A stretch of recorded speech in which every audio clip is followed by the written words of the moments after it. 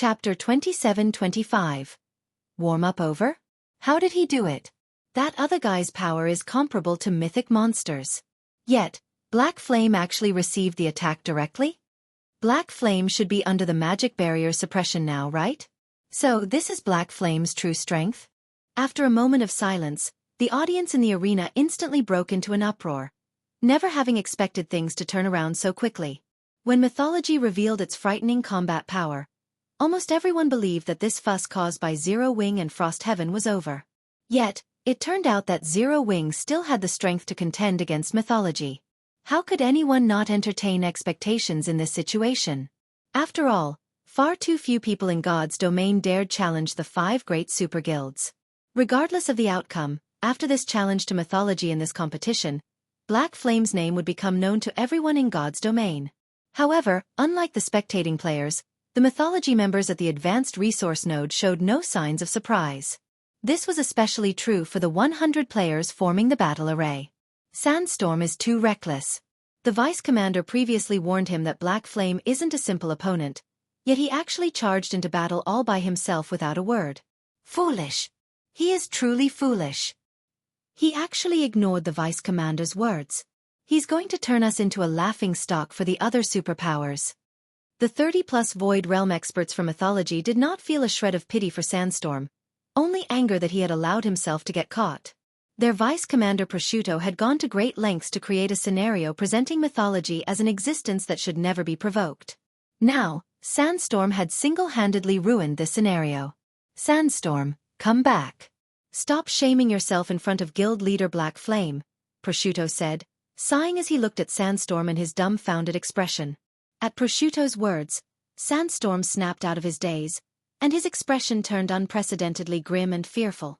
His hands even started trembling slightly. No, I can't disappoint the vice commander. Die. You must die.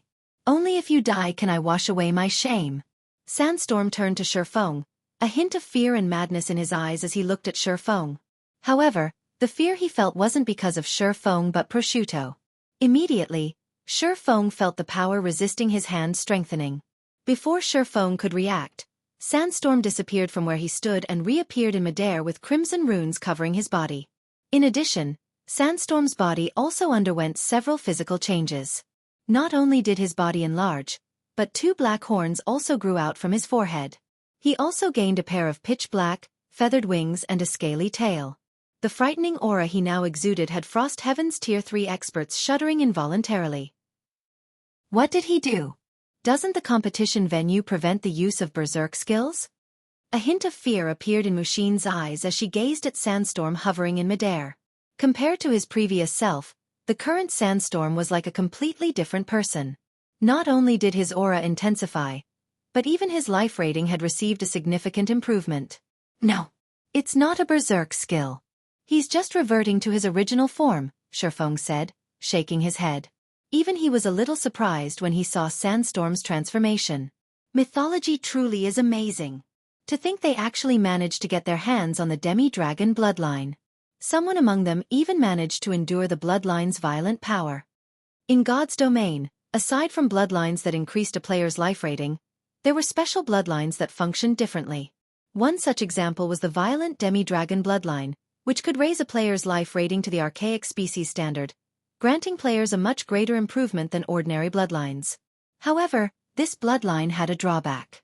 Due to the demi-dragon bloodline's overly violent power, players paid a heavy price to use whenever a player activated their demi-dragon bloodline. They would be subjected to unimaginable pain beyond the tolerance of ordinary humans. Hence, very few people were willing to accept such bloodlines. Xueqi never thought that Sandstorm would manage to not only assimilate the demi-dragon bloodline, but also endure its violent power. You must be crazy. Mushin was exasperated to see Xueqi marveling at Sandstorm's strength.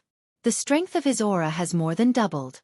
I even suspect he has already reached the Tier 4 standard in terms of the strength attribute. Yet, you still have the time to admire his strength? That's right. In terms of physique and basic attributes, he is indeed on par with bona fide Tier 4 classes. Xueqi nodded in affirmation. Mushin couldn't help goggling at Xueqi's composure. She simply couldn't understand what was going through his mind. It was as if he had forgotten who had driven Sandstorm to such an extent. Lena, you guys go help him as well. Prosciutto ordered calmly to the blonde, female shield warrior beside him. At this command, the mythology members standing around Prosciutto turned to him in surprise. The blonde girl named Lena was Prosciutto's right-hand man. She was a bona fide domain realm expert, and her strength ranked within the top 3 in this team of theirs. Now, Prosciutto was actually having her join the fight as well. Yes, sir. Lena made a respectful bow before joining Sandstorm together with 5 other players behind her. What's going on? What is Prosciutto thinking? Does he think Sandstorm isn't enough to deal with Black Flame? That's not possible, right? That Sandstorm can be considered a Tier 4 monster already. Maybe the others were told to deal with Frost Heaven's members. At this time, everyone in the audience was eyeing Lena's group curiously. Because of the battle arrays buff, the 6 all possessed strength and defense close to matching mythic monsters. Any of them could easily annihilate a superpower's 1,000-man team. Having 6 of them move together was simply overkill. Isn't Prosciutto overestimating us? Mushin felt like crying when she saw Lena's group joining the fight. While the fact that Prosciutto had dispatched such a force to deal with them meant that he thought highly of them, she couldn't bring herself to appreciate the gesture. After all, they would have to deal with 4 peak experts with basic attributes close to matching mythic monsters. However, before Mushin and the other Frost Heaven members could prepare themselves, the aura of Lena's group suddenly changed. In the blink of an eye, 6 more demi-dragons appeared hovering in the air. What is Prosciutto trying to do? Crap. 7 bona fide mythic combatants. I must be dreaming.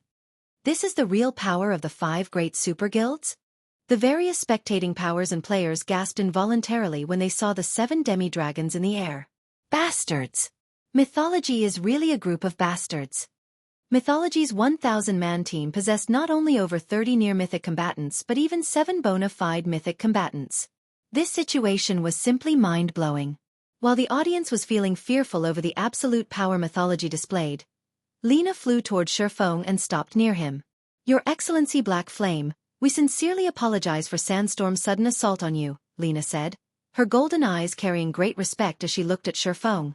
According to our Vice Commander's will, let's end the warm-up here and have both sides show our true strength. This is the respect we deserve, right? Sure.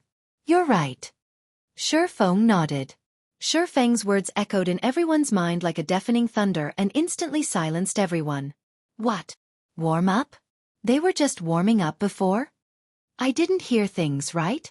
That woman actually told Black Flame that they should stop warming up? I don't believe it. I don't believe it. This is a lie. This must be a lie.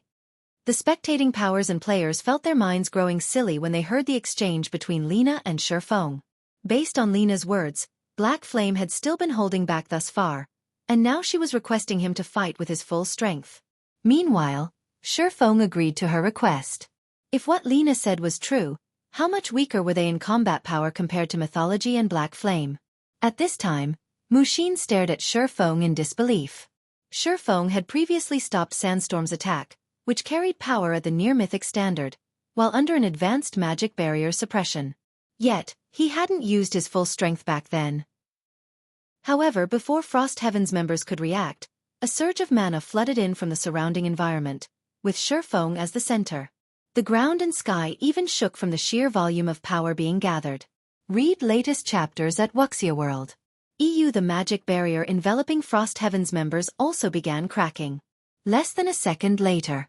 Boom! The advanced magic barrier shattered, transforming into countless particles of light and disappearing simultaneously. A mana domain enveloped the entire advanced resource node, causing everyone present to feel an unprecedented fear and oppression. A domain. Is this really a mana domain? Chapter 27-26. Battle of Monsters with Xueqi as the center. A dark space with a 1,000-yard radius enveloped the advanced resource node and its surroundings. The mana inside the dark space flowed so rapidly that even ordinary players could sense the flux. The feeling of devastation and oppression this dark space gave off made even the audience in the distant spectator stands fearful. How can such a powerful mana domain exist? Even the mana domain of superior mythics isn't this strong. The advanced magic barrier shattered? Shouldn't mana domains be weaker than magic barriers? Many of the major powers spectating from the VIP viewing rooms had knowledge of mana domains. Some of them had even experienced one before. However, compared to what they had seen and experienced, Shifeng's mana domain was on a completely different level. So, this is his mana domain? Mu Xin, who stood near Shifeng, was stunned right now. When she looked at Shifeng again, she felt as if she was seeing him for the first time. She had heard from Frost Heaven's deceased foreign aide that Shifeng's mana domain was incredibly powerful. However, the mana domain before her was not just powerful but a whole new ballgame altogether. Shifeng's mana domain had essentially created a world of its own, and within this world, he controlled everything. In this space, Tier 3 experts were basically ants in front of Shifeng. Meanwhile, Sandstorm hovering in midair was dumbfounded when he saw Shifeng's astonishing mana domain. A player's mana domain can actually be this strong? Sandstorm's heart roiled with doubts as he felt the strong repulsive force coming from all directions. Shifeng's mana domain was much stronger than that of superior mythics. Even after transforming into his demi-dragon form and gaining a Tier 4 physique and basic attributes, Sandstorm still suffered a significant restriction in his movements. By his estimates, he had lost around 20% of his basic attributes. His reaction speed and movement speed had also fallen by 30%. Now, his overall combat power was barely at the Tier 4 standard. Let's get started then. After glancing at Lina and the other demi-dragons, Shifeng unsheathed the abyssal blade and vanished. Where did he go? Shifeng's sudden disappearance confused Frost Heaven's members. He disappeared? At this moment, let alone Frost Heaven's members, even the audience in the spectator stands were stunned. A living human had actually disappeared from their godlike perspective. However, before anyone could react, an explosion suddenly sounded in midair. Boom! The next moment, a black shadow crashed into the ground, the impact creating cracks that extended over 20 yards. The frightening shockwave nearly toppled the nearby Frost Heaven members. What happened? Everyone gaped in shock when they saw the figure on the ground, their eyes wide with disbelief. Without anyone realizing it, Shifeng had appeared amid the flock of hovering demi-dragons, fresh blood coating his long sword. Meanwhile, the figure on the ground actually belonged to a demi-dragon. At this moment, not only did this demi-dragon's armor sport a bone-deep cut, but 1/8 of his HP had vanished. The speed of Shifeng's attack was simply unheard of. However, compared to the audience and Frost Heaven members, the mythology members spectating the fight were much more surprised by this situation, especially Sandstorm. A hint of confusion lingered in his eyes as he glared at Shifeng after transforming into our demi-dragon form. With the combat arrays buff, we wouldn't lose even 3% of our HP after taking a direct hit from a mythic monster. How can Black Flame have such great strength? Fear surfaced in Sandstorm's eyes as he analyzed the situation. As demi-dragons, they could be considered bona fide Tier 4 combatants. Yet, even in such a situation, they still were no match for Shifeng. Sandstorm simply couldn't fathom how much strength Shifeng had. As expected of the demi-dragon bloodline combined with an advanced combat arrays assistance, it'll be difficult to finish one of them quickly. When Shifeng looked at the demi-dragon on the ground, he was slightly surprised. Although he didn't use any skills or spells in his attack, he wielded a fragmented legendary weapon and wore several fragmented legendary items. In terms of the strength attribute, he already rivaled superior mythics of the same level. This was why he could slay Tier 3 players effortlessly. However, despite having such basic attributes, he had only managed to take away 1/8 of the demi-dragon's HP with his normal attack. The defense of the demi-dragon he targeted could rival that of superior mythics. Everyone, don't get entangled with him. His attributes and speed are above ours. All we need to do is deplete his stamina and concentration. Lina commanded calmly and without hesitation. Maintain your distances. Jack, prioritize protecting our healers. He definitely won't last long in a protracted battle. Understood. Lina's command boosted the demi-dragon's fighting spirit, and they promptly went into action. With Lina taking the lead, 5 demi-dragons surrounded and attacked Shifeng. In addition, 1 demi-dragon oracle stood at the rear, casting defensive spells and buff spells one after another, boosting the other demi-dragon's attributes. No longer having to worry about taking damage, the 5 demi-dragons in the vanguard fought Shifeng desperately, intending to trade blow for blow. Moreover, the 5 of them had excellent coordination, moving as one. For a time, Explosions continually shook the earth and sky. Countless afterimages also danced across the sky. The Tier 3 experts in the spectator stands were stupefied. They couldn't tell what was going on at all. They couldn't even tell which afterimage belonged to whom. They only saw some of the brief clashes at best. Of the spectators watching the fight, only those in the VIP viewing rooms could get a clear picture, thanks to the spectator interface's slow-motion mode. The 5 Vanguard demi-dragons perfectly merged their skills, spells, and combat techniques. They also had perfect coordination with one another. When one of them exposed a chink in their defense from clashing with Xueqi, the others would immediately attack, preventing him from landing a fatal blow. As the clash continued, the expressions of Mushin and the other Frost Heaven members also grew darker. Although the two sides seemed evenly matched, Xueqi had to deal with the 7 demi-dragons' back-and-forth offensive all by himself. He had no time to rest at all. His stamina and concentration consumption were far greater than mythology's 7 demi-dragons. At this rate, Xueqi would run out of stamina and concentration before Lina and the others did. Black Flame, you will lose for sure this time. While we aren't a match for you by ourselves, how long can you possibly last against our joint assault? Sandstorm grew increasingly excited as the fight went on. Although he had suffered plenty of attacks from Xueqi and lost a lot of HP, he continuously received healing from the rear-line healers. Hence, he quickly recovered the HP he lost. Black Flame, you can't blame us for bullying you with numbers. It's your fault for not having anyone capable of backing you up, the tall man beside Sandstorm said, laughing. At these words, Frost Heaven's members lowered their heads in shame. Against such strength, Tier 3 experts like themselves were nothing but jokes. They wouldn't even qualify to be distractions. After all, they couldn't keep up with these people's speeds. It seems this is Zero Wing's limit. However, it's already plenty amazing that Black Flame managed to last this long. It's a pity there aren't any capable combatants among Frost Heaven's members. Otherwise, they could have put up a fight against mythology. Many of the spectating major powers couldn't help pitying Xueqi. He clearly possessed inhuman strength that even mythology had to be wary of. Unfortunately, the gap between the 5 great superguilds and the other superpowers was simply too massive. Even if all of Frost Heaven's participants were there right now, they still wouldn't be able to threaten Lina's group of 7. However, this is a valiant defeat for Black Flame. He can actually hold his ground against 7 Tier 4 monsters simultaneously. He deserves his title of Sword King. Sword King? As I see it, he's strong enough to rank within the top 6 of the God's Domain experts list. Only the 5 great super guilds' old monsters can fight him. Many of the Tier 3 experts spectating the fight admired Xueqi. Those that previously held doubts about his title of Sword King also stopped doubting him. The seconds and minutes flew by. While everyone was feeling unreconciled for Xueqi, the man himself suddenly leaped backward, distancing himself from the 5 Vanguard demi-dragons. Don't even think of escaping us. We have wings. We are by no means slower than you when it comes to flying. Upon seeing Xueqi pulling away, Sandstorm immediately accelerated, chasing after him. When players gained a mana domain, they became capable of flight. However, flight achieved through this method was significantly slower than flying mounts. In comparison, demi-dragons could fly nearly as fast as flying mounts. Escape. Shaking his head, Xueqi said, I just thought that time is almost up, so I plan to end this battle. You're still arrogant even in the face of death. I want to see how exactly you're going to end this battle. Sandstorm sped up at Xueqi's words. Time is almost up?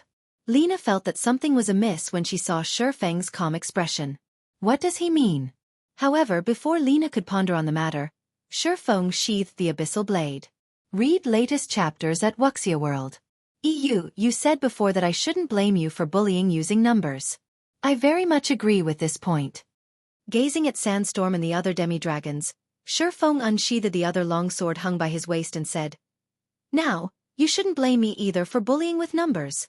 After Xueqi finished speaking, the twilight blade in his hand suddenly shone brightly, illuminating a radius of several thousand yards. Twilight's shadow. Twilight of the gods. The next moment, 8 physical phantoms split out from Xueqi's body, every phantom identical to him. Chapter 27:27 Sword Emperor. When the 8 copies of Xueqi appeared above the battlefield, The audience momentarily fell silent. Doppelgangers. Crap. Something like this is possible? The spectators' hearts were filled with an indescribable sense of shock as they looked at the 9 Xueqis in the air. If anyone else had summoned doppelgangers, they wouldn't have thought much of it. However, Xueqi was someone capable of single-handedly going up against 7 bona fide mythic combatants with Void Realm combat standards. Now that Xueqi had summoned 8 doppelgangers of himself. Meanwhile, Lina and the other demi-dragons turned pale when they saw the 9 Xueqis before them, their hearts plunging to the very bottom of the abyss. They had to give it their all just to deal with 1 Xueqi. Now that 8 more had appeared, even if these doppelgangers had significantly weaker basic attributes, the demi-dragons would still suffer tremendously. Let's start the second round then, Xueqi said, a faint smile appearing on his face as he looked at Lina's group. The next moment, Xueqi's 8 doppelgangers split up and charged at the 7 demi-dragons, their speed hardly any slower than Xueqi's. It's just a doppelganger. Do you think you can scare me with it? Sandstorm stabbed his dagger at the doppelganger approaching him, the weapon instantly transforming into a dozen shadow snakes. Advanced combat technique. Rampant bites. Seeing the approaching shadow snakes, the doppelganger brandished its sword. 6 extreme slashes. The next moment, 6 sword lights tore through space, shattering the shadow snakes. One of the sword lights even bypassed the shadow snakes and landed on Sandstorm's shoulder. After the sword light passed through, a bone-deep cut appeared on Sandstorm's shoulder. The assassin's body shot backward like a meteor and smashed into the ground. As for his HP, it had fallen by over 1/8 of its total. Aside from Sandstorm, the other demi-dragons were also sent smashing into the ground by Xueqi's doppelgangers and suffered heavy injuries. They were utterly incapable of resisting the doppelgangers at all, and they could only watch as their HPs continuously decreased. Out of the 7 demi-dragons, only Lina, who had activated a Tier 3 life-saving skill and reduced the damage she sustained by half, was in a better condition. However, as she had to cope with 2 of Xueqi's doppelgangers, her HP still decreased steadily. It was only a matter of time before she got killed. Those doppelgangers are so strong. Aren't those doppelgangers a little too much? I get the feeling that just one of Black Flame's doppelgangers is more than enough to kill a mythic monster already. The audience in the spectator stands couldn't believe their eyes when they saw Xueqi's doppelganger suppressing Lina's group. Everyone present had seen doppelgangers before. However, this was the first time they had seen a player's doppelganger capable of suppressing Tier 4 combatants. No wonder. So, this is why Black Flame is confident in provoking mythology. Unyielding Heart felt endless admiration for Xueqi when he saw Lina's group getting beaten up. It had been a long time since anyone had dared challenge the 5 great super guilds in the virtual gaming industry. Now, not only did Xueqi possess the combat power to overwhelm 7 Tier 4 combatants, but it was also almost certain he would be able to capture mythology's advanced resource node. On the battlefield, Lina and the other demi-dragons saw their HPs fall below the critical level. With only 3 or 4 more exchanges, they would fall to Xueqi's doppelgangers. However, before the battle could continue, several dazzling sword lights struck at the doppelgangers. Boom, boom, boom.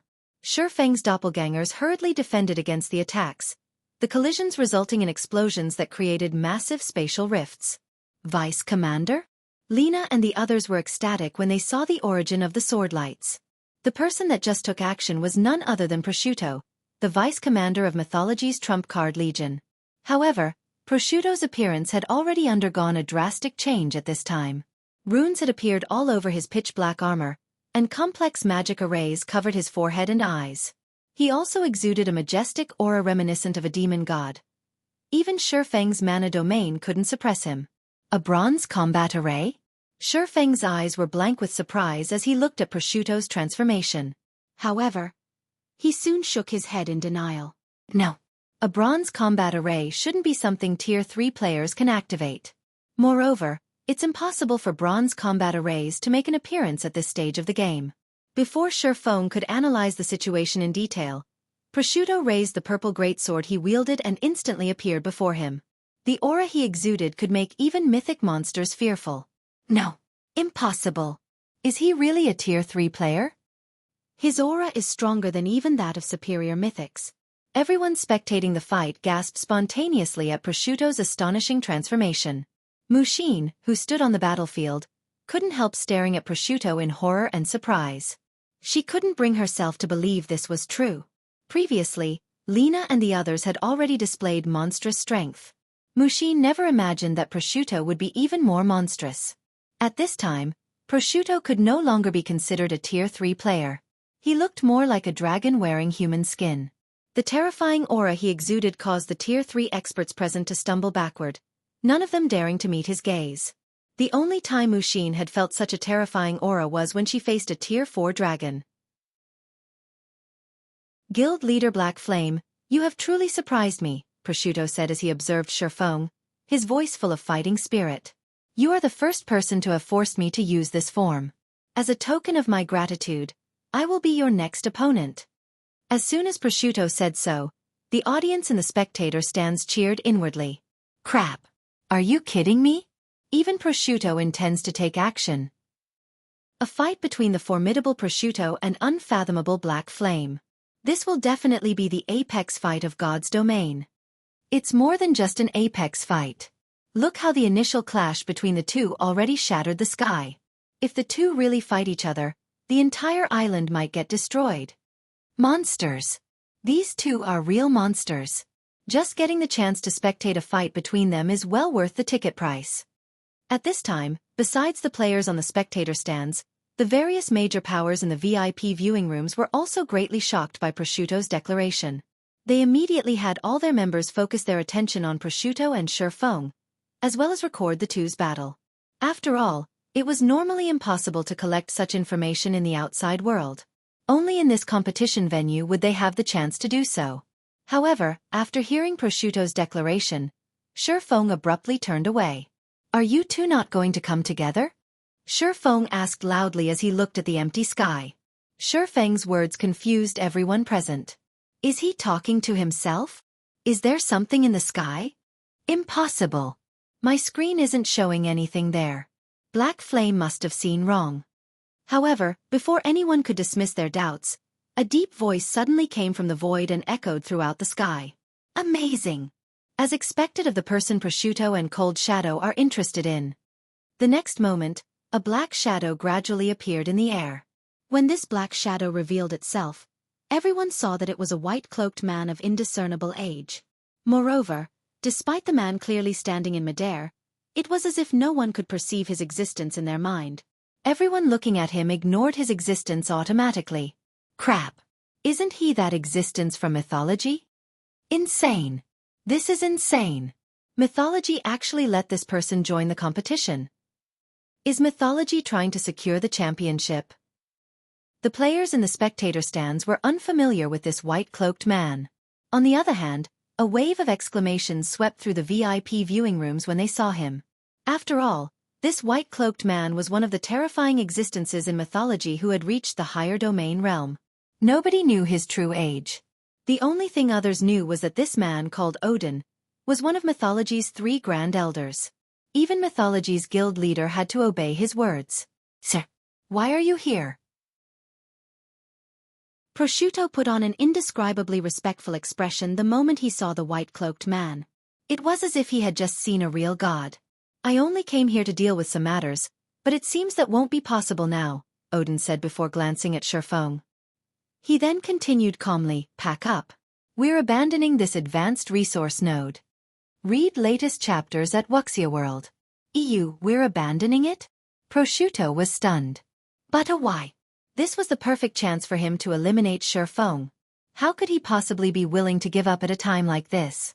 At this moment, let alone Prosciutto, everyone spectating the battle was dumbfounded. Since when was mythology so generous? Because, taking another glance at Xueqi, Odin chuckled, he is already a Tier 4 Sword Emperor. Chapter 27-28. Sword Emperor's Might. A Sword Emperor?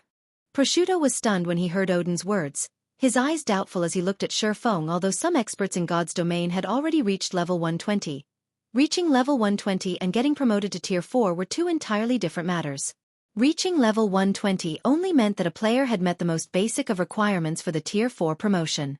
According to the various guilds' understanding, players would need to search for their Tier 4 legacy lands after reaching level 120, a truly challenging task. Even the 5 great super guilds would need a lot of time to search for just one legacy land.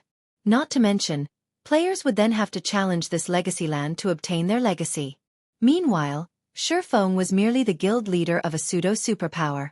How could he possibly locate a legacy land faster than the various super guilds? A Tier 4 Sword Emperor? No way. It's only recently that some people have reached level 120, yet he's already gotten promoted to Tier 4 Sword Emperor? This is a lie. This must be a lie. That's a Tier 4 class we are talking about. Even the kings of the various kingdoms fear a Tier 4 existence. How can anyone possibly get promoted to Tier 4 so soon?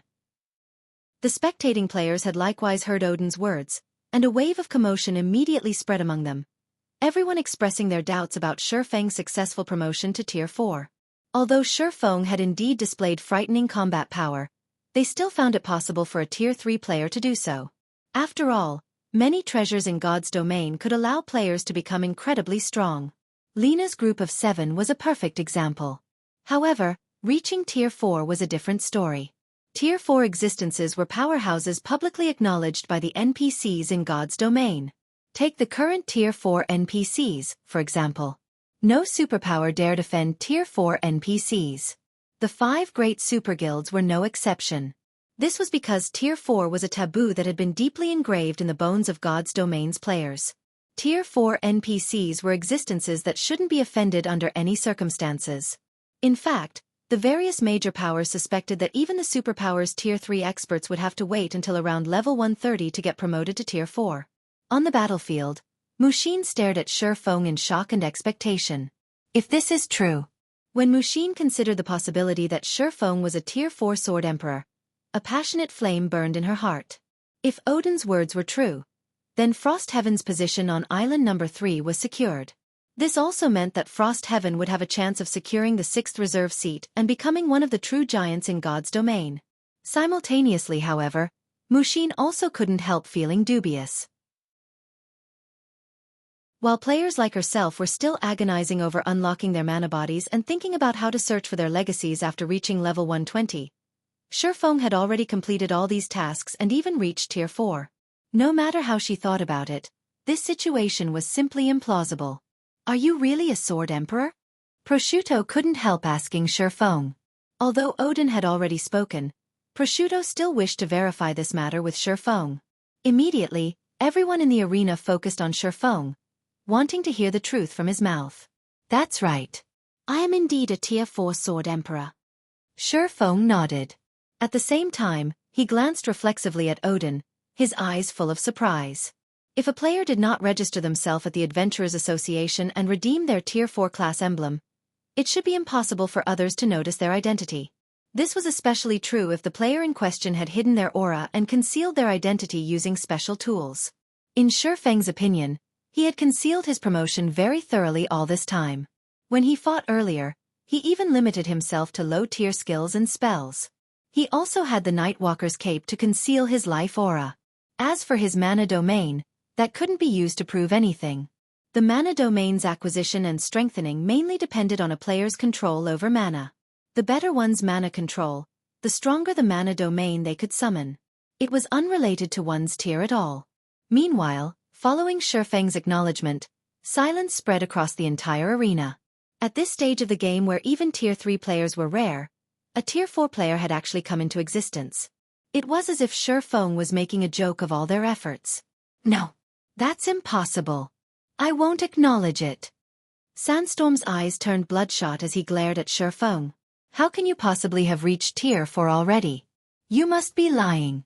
You're trying to fool us into giving you this resource node without a fight. I won't let you succeed. I will expose you. At this point, Sandstorm had already thoroughly lost his mind. Sandstorm had thought that he had grown a lot stronger since his last defeat at Xueqi's hands and anticipated that the gap between them had shrunk significantly already. Now he was being told that not only did the gap not shrink in the slightest, but it had even widened instead. In Sandstorm's opinion, Xueqi was merely the guild leader of a small guild. How could Xueqi possibly surpass him, who was an elite among elites even in the 5 great super guilds? The next moment, Sandstorm's aura burgeoned in intensity, and the size of his body increased by a large margin. Scales also started growing on his face and body. Now, he practically looked like a miniature infant dragon. Flapping his powerful wings, Sandstorm swept up a gale and instantly arrived before Xueqi. Abandoning his weapon, he swiped a claw at Xueqi. The instant Sandstorm's claw moved, the space around it shattered. Even the flow of time in the vicinity slowed. The power of his attack approached the standard of mythic-ranked archaic species. Why bother? Xueqi couldn't help sympathizing with Sandstorm when he saw the latter's frenzied assault. After all, he had once fallen into such despair himself. This was especially true after he saw those geniuses who joined the game much later than he did. However, he had long since moved on from this despair. He realized that all he needed to do was live his life well. What was the point of comparing himself with others? Cool your head first, Xueqi said, waving his hand. A ripple of mana then spread out from under his feet and instantly enveloped a 500-yard radius. Tier 4 Legacy Skill. Blade Domain. A magic sword suddenly appeared before Sandstorm, who was only half a yard away from Xueqi. The magic sword then struck the assassin like a streak of lightning. Slash. B.O.T/B. Law. The next moment, an arm flew into the air. In the face of this magic sword, even the sturdy dragon scales were no different from a piece of flimsy paper. Upon seeing his arm flying away, Sandstorm instantly sobered up. He hurriedly activated a Tier 3 defensive skill, increasing his defense by a significant margin and doubling his maximum HP. However, no sooner had Sandstorm used his skill than 7 more magic swords appeared in the air. They then transformed into streaks of light that cut him. Read latest chapters at Wuxia World. Each plundered 20% of Sandstorm's HP, the 7 swords instantly robbing the assassin of all his HP. The swords also burned his body into ashes, eliminating him from the arena. The entire process might seem long and arduous, but it had taken only an instant in reality. How is this possible? The audience and the spectator stands gaped in shock at this scene. Their minds even froze momentarily. Sandstorm was a demi-dragon that rivaled Tier 4 archaic species in strength. Previously, he still managed to exchange multiple blows with Xueqi. Yet, now, Xueqi had instantly executed him without even giving him a chance to resist.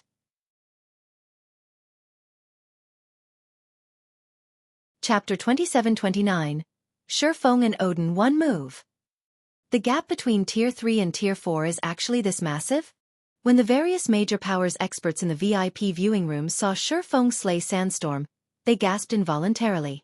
Although they had long since known that Tier 4 was the milestone separating the strong from the weak in God's domain, they never expected the gap between Tier 3 and Tier 4 players to be so massive.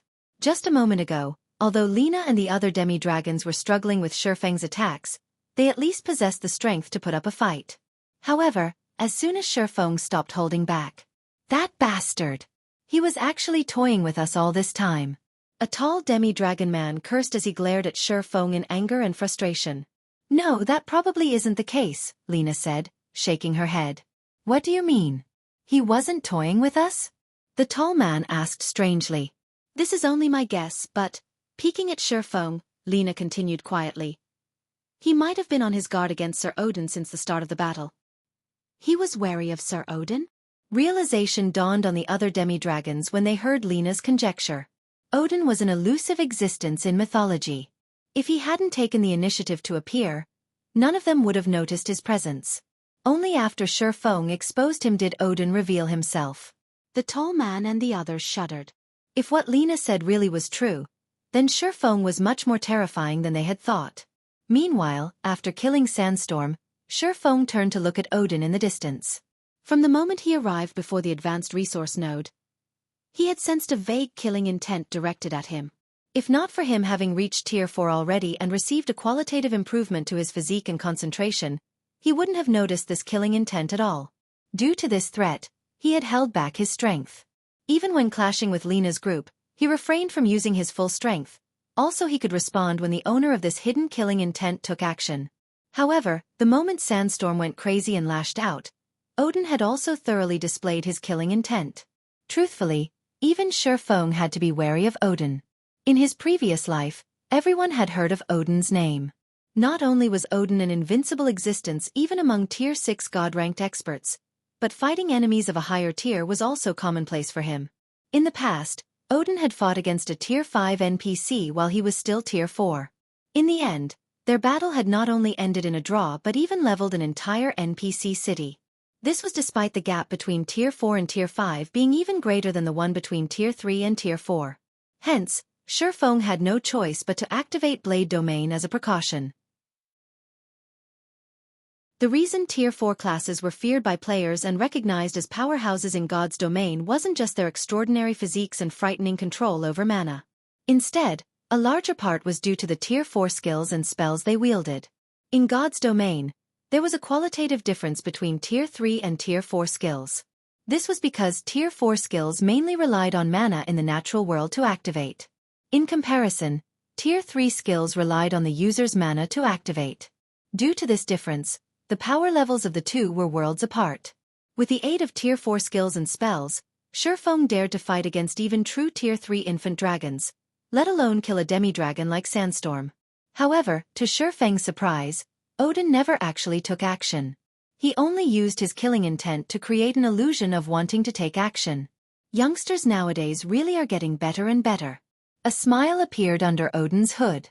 The man then looked at Prosciutto and said, "Let's go." "Yes, sir." Prosciutto no longer hesitated this time. However, when he walked past Xueqi, he also gave the latter a glance. Although he didn't say anything, the intention his eyes conveyed was obvious. "We will meet again." Afterward, Prosciutto and the rest of Mythology's 1,000-man team left the advanced resource node. They gave up the resource node very decisively and departed for another resource node together with Odin. They left. They left, just like that? That Odin actually didn't take action? The audience was stunned by this situation. The originally heaven-defying battle had actually ended in such a manner. Moreover, Mythology's members had given up the fight so decisively. This was completely different from how the 5 great superguilds operated normally. At this moment, even Mushin was taken aback by this situation. "Is this our victory?" Mushin couldn't help asking Xueqi. Odin's name was synonymous with destruction to the various superpowers. Now that Mythology had mobilized even Odin, she found it truly inconceivable that Mythology would give up just because of one Tier 4 player. After all, while a Tier 4 existence was an invincible enemy for the various superpowers, that might not necessarily be the case for the 5 great superguilds. "I guess so." Xueqi nodded while looking at Odin's departing figure. Odin's decisiveness had caught even Xueqi off guard. Initially, Xueqi had already braced himself to fight for his life. He had even resolved to use some of the trump cards he had kept hidden all this time. However, he now felt as if he had just punched at empty air.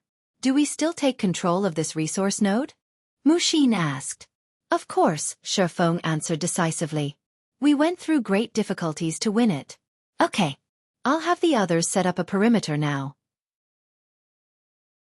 Upon hearing Xueqi's answer, Mushin immediately had her subordinates take up stations around the resource node to prevent others from stealing it. After leaving the resource node, Prosciutto couldn't help turning to Odin in confusion.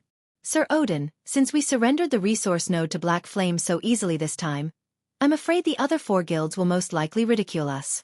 Some superpowers might even start to make light of us because of this. Are we really not going to do anything?"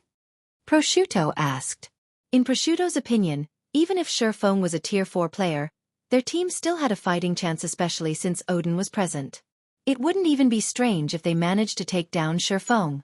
Yet, Odin had unexpectedly given away the resource node without a fight. "Now isn't the time to fight," Odin replied, shaking his head. "Moreover, we know too little about Zero Wing. It isn't the time to fight?" Prosciutto grew even more confused at Odin's words. Why? With Mythology's strength, they wouldn't fear fighting the 4 other superguilds, much less Zero Wing. In fact, he was confident Mythology could triumph over any of the other 4 guilds. Now, they were actually retreating because of Zero Wing. When news of this matter spread, Mythology would most likely become the various superpowers' laughingstock. Read latest chapters at Wuxia World. EU, take a look at these. Odin did not grow angry over Prosciutto's doubts. Instead, he forwarded a few videos to Prosciutto before saying, "You'll understand the reason once you finish watching them." How is this possible? Prosciutto was stunned when he saw the videos Odin sent him. This was because every one of these videos depicted a battle at the other resource nodes Mythology occupied. Moreover, these battles shared a common point. Zero Wings experts took part in them. All of them lost.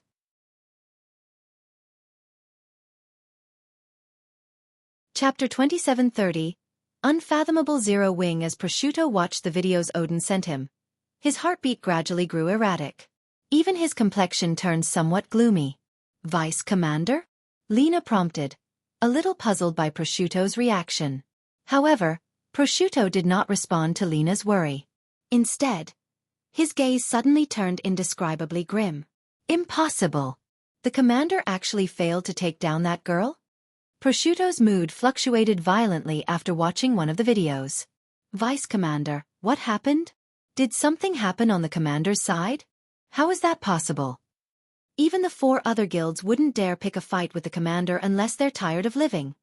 Prosciutto's strange performance surprised and puzzled Lena and the others. They couldn't understand what had happened to provoke such emotional swings in their vice commander. After seeing Prosciutto's reaction, Odin smiled and said, "Now you know why, right? I have to admit that the new era has truly come. Whenever I see you youngsters, I can't help but feel that I really have grown old." Odin's words confused Lena and the others even more. However, as if triggered by these words, a hint of excitement flashed in Prosciutto's eyes. "I see. Thank you for your teachings, sir. I will take this as a warning," Prosciutto said sincerely. "Good. Now, this is the little fellow I used to fancy." Odin nodded in satisfaction. "Mythology will have to rely on your bunch in the future." "Sir Odin, what exactly happened?" Lena asked Odin nervously. Initially, with her status, she shouldn't be questioning Odin at all. However, after seeing Prosciutto's transformation, she couldn't help her curiosity. "It's nothing. We simply had 4 of our other resource nodes snatched away," Odin said, chuckling. 4 other resource nodes were taken? How is this possible? Lena gaped in shock, unable to get her mind around it. Who is so bold to actually do this? Is it the 4 other guilds? Besides Lena, the peak experts of mythology standing nearby were also stunned by Odin's words, their eyes full of disbelief. Their giving away 1 resource node was already plenty unbelievable. Now, they were hearing that 4 more of the guild's resource nodes had been taken. This sounded more like fiction than reality. "You guys have a look too." Seeing the doubtful gazes focused on him, Odin laughed and passed the information to everyone.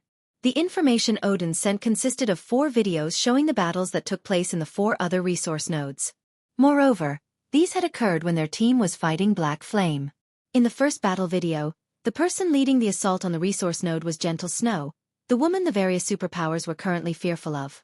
She single-handedly slew over 200 mythology members with just 3 attacks. The 20-plus peak experts didn't even last 1 move against her. They all died in the spatial storm she created. Aside from peak experts, there were also 3 domain realm elders defending the resource node. One of the 3 had even reached the domain realm's upper stage. Yet, even after all 3 of them activated their demi-dragon bloodlines, they actually failed to last more than 10 moves against Gentle Snow. 10 moves. In front of Gentle Snow, the 3 elders' fierce and enigmatic attacks were jokes. Not only did the woman easily unravel their attacks, but she even turned their attacks against them. She used the combination skill the 3 elders executed to instantly obliterate the elder that had reached the domain realm's upper stage. In this battle, mythology had lost over 400 experts. If not for Gentle Snow refraining from pursuing the fleeing members, the guild's losses would have been even worse. In the second battle video, the person leading the attack was Fire Dance. Although Fire Dance did not possess Gentle Snow's monstrous techniques, her basic attributes were not the slightest bit inferior to those of Tier 4 existences. In addition, her speed was simply godlike. From start to end, not 1 peak expert managed to touch her. The peak experts could only watch as Fire Dance inflicted cut after cut after cut on their armor, continuously plundering their HPs until nothing remained. Of the defending team at the second resource node, only the Lightning Hammer, Vice Commander Howard Waz, who was the core of the team, could keep up with Fire Dance's speed. In fact, the 2 of them were evenly matched, neither able to get the better of the other. However, Alluring Summer was in Zero Wings' team. With her full strength, she cast a Tier 3 super spell on him. This left Howard Waz with no choice but to defend. Otherwise, the super spell would level the resource node itself. During the brief moment Howard revealed a gap in his defense, Fire Dance seized the opportunity to land a heavy blow, breaking one of his arms. Hence, Howard's combat power plummeted. Subsequently, Zhao Yueru triple cast 3 Tier 3 curses on him, finishing him off. With Howard's death, Zero Wing and Frost Heaven's team, which was originally at a disadvantage, immediately gained the upper hand and eventually captured the resource node. Meanwhile, the battle in the third resource node was even more astonishing. Lena and the others nearly went crazy upon watching it. After all, the third resource node's defender was none other than the Divine Spear Demon Rex, the commander of mythology's trump card legion. Rex was a legendary individual in mythology and someone Vice Commander Prosciutto had never once beaten. Yet, in the third video, Rex was actually evenly matched with a girl. Although this girl's basic attributes were only nearing the Tier 4 standard, her control over mana was superb. Wielding 300+ magic blades, she prevented Rex from gaining the upper hand. In fact, the girl even slaughtered many experts from mythology during their clash. Afterward, Rex grew thoroughly enraged and used the combat array he kept in reserve to try to land a fatal blow on Violet Cloud. However, before this hit could land, a tall man carrying a massive shield blocked it. Subsequently, the battle continued for quite some time. Relying on her nimble movements, Violet Cloud always managed to duck behind Cola's protection at critical moments. While Cola bore the brunt of Rex's attacks, she would also instantly heal Cola back to full HP. The duo's combination turned them into undying zombies, and they held out until Rex's combat array expired. Although both sides suffered equally heavy losses after the long battle, as Rex no longer had the combat array's support, he was utterly powerless to do anything about Violet Cloud. To make matters worse, as Zero Wings and Frost Heaven's numbers dwindled, their members became more difficult to kill. In contrast, the rate at which Mythology's members got killed only increased as the battle continued. Eventually, in order to avoid the other guilds taking advantage of Mythology, Rex had no choice but to abandon the resource node to conserve his team's stamina and concentration. While the outcome could be said to be a draw, since Mythology gave up the resource node, the overall result was still a loss. We lost 3 resource nodes, just like that? Lena protested in denial after watching the 3 videos. After calming down though, she said hurriedly, "Even so, there's no reason to let Zero Wing off the hook." While Zero Wing had indeed displayed astonishing combat power, Mythology could easily reclaim its lost resource nodes after reorganizing its forces. After all, they already knew what Zero Wing was capable of. It would be much easier to counter Zero Wing's forces afterward. Impossible. You'll know once you take a look at the 4th video, Prosciutto said. The 4th video? Lena was puzzled. Read latest chapters at Wuxia World. What relation did the 4th video have with their not being able to deal with Zero Wing? Even if Black Flame was a Tier 4 Sword Emperor, Mythology still had the means to deal with him. Even if Zero Wing had 1 or 2 more powerful combatants, it still wouldn't be a match for Mythology. However, Lena still listened to Prosciutto and played the 4th video. "What's going on? Why isn't there anything here?" Lena asked when she saw only an empty plane in the video. "That's right. There is nothing at all." Prosciutto nodded. He then added slowly, "Because that place was thoroughly flattened."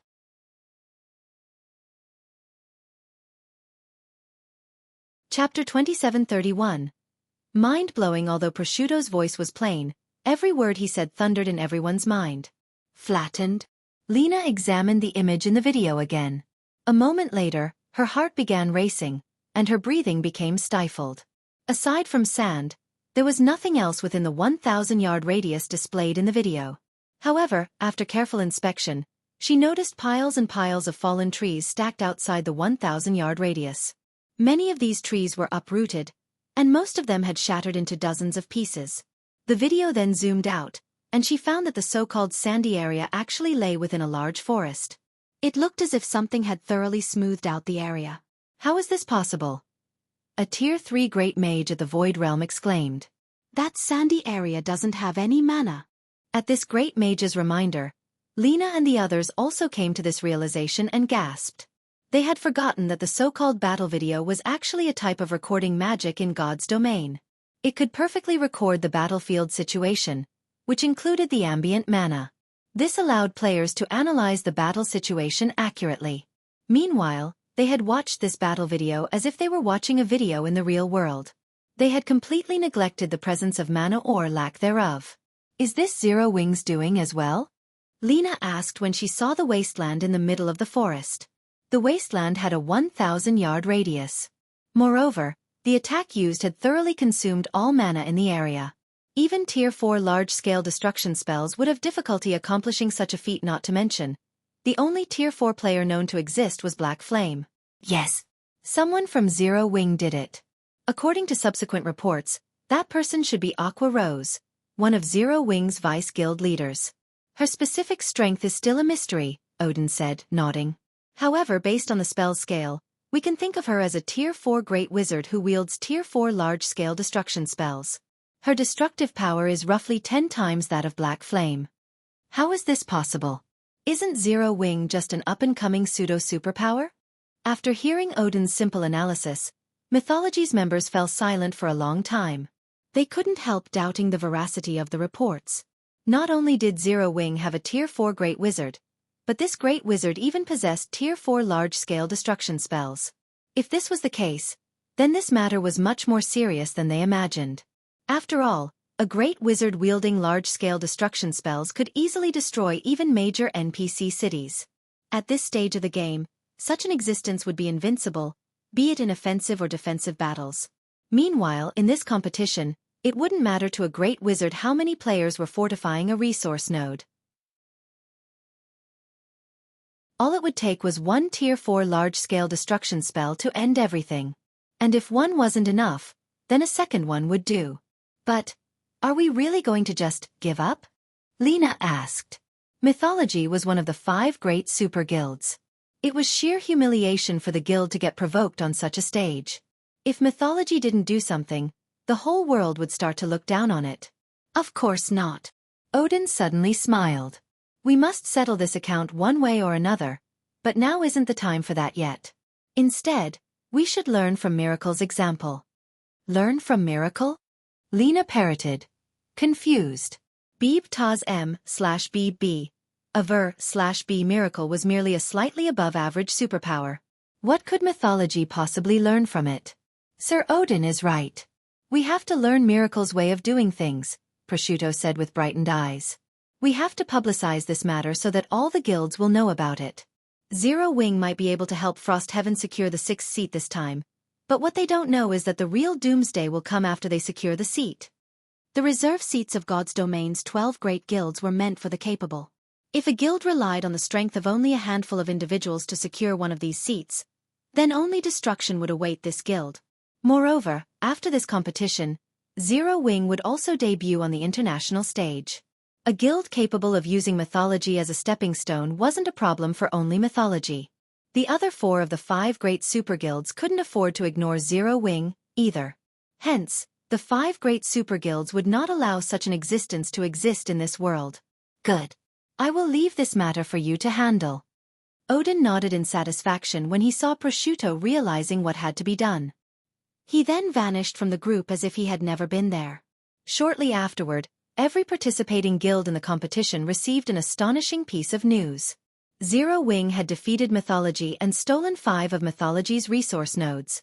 The battle videos at the 5 resource nodes even spread to the various superpowers. The sight of Black Flame killing Sandstorm in one move, Gentle Snow killing over 30 Tier 3 peak experts in one move, Aqua Rose flattening a resource node with one spell, Violet Cloud forcing the Divine Spear Demon into retreating, and a handful of Zero Wing's members killing the Lightning Hammer were thoroughly etched into everyone's mind. After all these accomplishments, Frostheaven became the biggest dark horse in this competition. The mind-blowing news shook the various participating guilds in the arena. This is fake. This must be fake. Didn't Zero Wing's and Frostheaven's members launch an attack on Mythology only recently? How can the battles be over already? A Tier 4 Great Wizard. How is this possible? The various participating guilds were dumbfounded by the information they received. None of them could accept it. However, it was also impossible for these battle videos to be fake, especially with the frightening strength Mythology displayed. The superpowers despaired at the gap between them. Nevertheless, despite having such overwhelming strength, Mythology still ended up defeated. Moreover, It didn't even lose at the hands of a super guild but to Zero Wing, an up-and-coming pseudo-superpower. Didn't they say Zero Wing doesn't have any background? What exactly is Zero Wing? For a time, the various superpowers were filled with curiosity and confusion about Zero Wing. Despite being a small guild with no backing, Zero Wing had produced a Tier 4 Sword Emperor and a suspected Tier 4 Great Wizard. How could they bring themselves to believe this? As for the players in the spectator stands, they too were stunned by this situation. They never thought that during the time Xueqi was fighting one of mythology's teams, astonishing battles had taken place elsewhere as well. They also regretted missing these battles. After witnessing Zero Wing's strength, both the Star Alliances and Unyielding Souls upper echelons couldn't help lamenting the situation. They never thought that after not meeting Zero Wing for some time, the other guild had actually grown to such an extent already. Tier 4. This is real power. A passionate flame burned in Purple Eye's heart as she watched the clash between Xueqi and Sandstorm. So long as I reach Tier 4, the guild will be able to tread the international stage as well.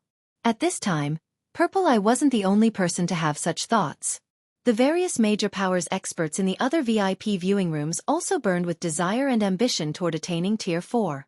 Every one of them resolved themselves to do everything they could to reach Tier 4 after this competition. Unlike the audience's excited reactions, Miracle and Sacred Temple were filled with both hatred and shock at Zero Wing's performance. Initially, the two guilds believed the 6th reserve seat was already within their grasp. Now that a powerful competitor had emerged in the competition, the two guilds had no choice but to compete for more resource nodes. Otherwise, they wouldn't be able to maintain their current advantage until the end of the competition.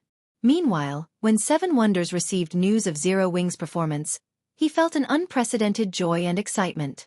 He truly had not expected the helpers Hong Xin Yuan recruited to be powerful enough to pull Frost Heaven out of its hopeless situation and give it a chance to win a reserve seat. To ensure Frost Heaven secured the 6th reserve seat, after Frost Heaven became one of the top 5 ranking guilds on island number 17, Seven Wonders led a team to other islands to compete for more resource nodes. For a time, Miracle, Sacred Temple, and Frost Heaven frantically fought all over the arena. Despite suffering immense casualties, the three guilds continued fighting until the bell signaling the end of the competition rang. Meanwhile, after the competition ended, huge holographic screens appeared on top of every island. The screens listing the total points accumulated by the participating guilds one after another. Mythology: 12,610 points. Pantheon: 3,920 points. Sky Dragon Family: 4,550 points. Netherworld Empire: 13,350 points. Miracle: 5,230 points. Sacred Temple: 5,180 points. As the names of the participating guilds appeared one after another, Frost Heaven's members grew increasingly nervous. The point difference between Miracle, Sacred Temple, and Frost Heaven should be incredibly narrow. In fact, partway through the competition, Xueqi even had to attack other resource nodes personally, and let Frost Heaven's members wear the resource emblem to keep Frost Heaven in the competition. Although there were instances where other guilds had successfully stolen some of Frost Heaven's poorly defended resource nodes, most of these nodes were quickly reclaimed. In addition, Gentle Snow and Aqua Rose also wandered between the various resource nodes to avert the ambushes of other guilds. We must succeed. Muxin also grew incredibly nervous as she looked at the screen. Read latest chapters at Wuxia World. EU Frost Heaven had suffered tremendous losses during this competition. By the end of the competition, Frost Heaven had fewer than 2,000 members left standing. 6 elders, 2 grand elders, and Great Elder Brilliant Blue had even fallen in battle. This was a massive blow to the guild. At this time, even Xueqi couldn't remain perfectly calm. He never expected that Miracle and Sacred Temple would secretly ally with other guilds to attack Frost Heaven's resource nodes, forcing him to rotate continuously between several islands. He had even had Aqua Rose obliterate 11 resource nodes. Only then did they manage to deter the other guilds from stealing Frost Heaven's resource nodes. Now that Zero Wing had exhausted its trump cards and revealed many things to the various superpowers, if Frost Heaven still failed to secure the 6th seat in this competition, then Zero Wing would have a thorny road ahead of the next moment. After more than 20 guilds were listed on the screen, Frost Heaven's name finally appeared. Frost Heaven: 5,260 points.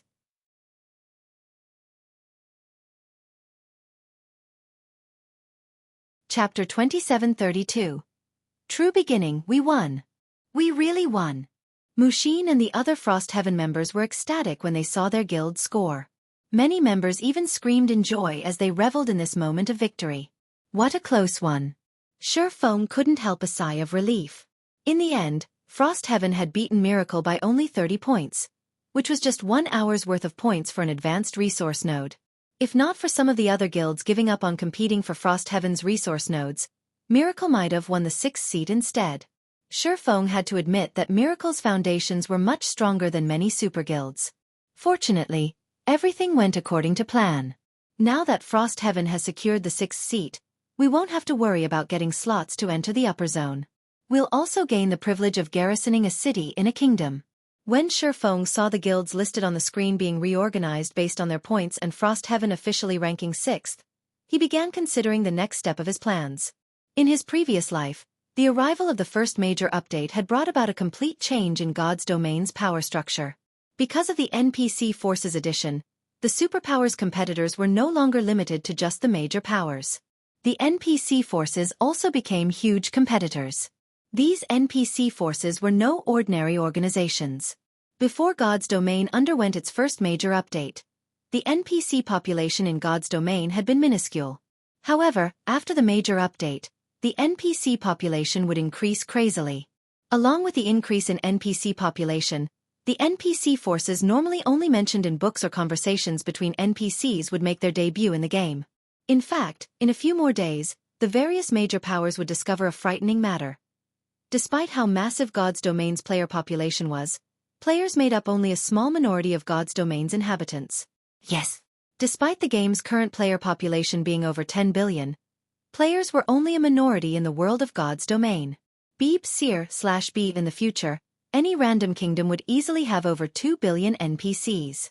The current player population could, at best, match the total NPC population in 5 or 6 kingdoms, which was roughly equivalent to the standard of one empire.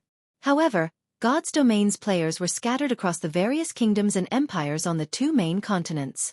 There were also a large number of players in the many other worlds. Hence, in the future, the native powers would become the strongest forces in the various kingdoms and empires. Moreover, after this major update, a severe problem would pop up: the disappearance of the protection mechanism for players. At this point, most players weren't even aware of this protection mechanism's existence. This was because this so-called protection mechanism only prevented NPCs from actively targeting players. Hence, most players wouldn't notice its existence and true purpose. They merely took its benefits for granted. However, all of this would change in the world of God's domain in the future. So long as players left the city, they would no longer enjoy this protection mechanism. What did this mean? Ordinary players would most likely have a difficult time imagining the consequences of such a change. However, this would be a disaster for the growing guilds of God's domain. This was because NPCs would become capable of taking the initiative to attack players.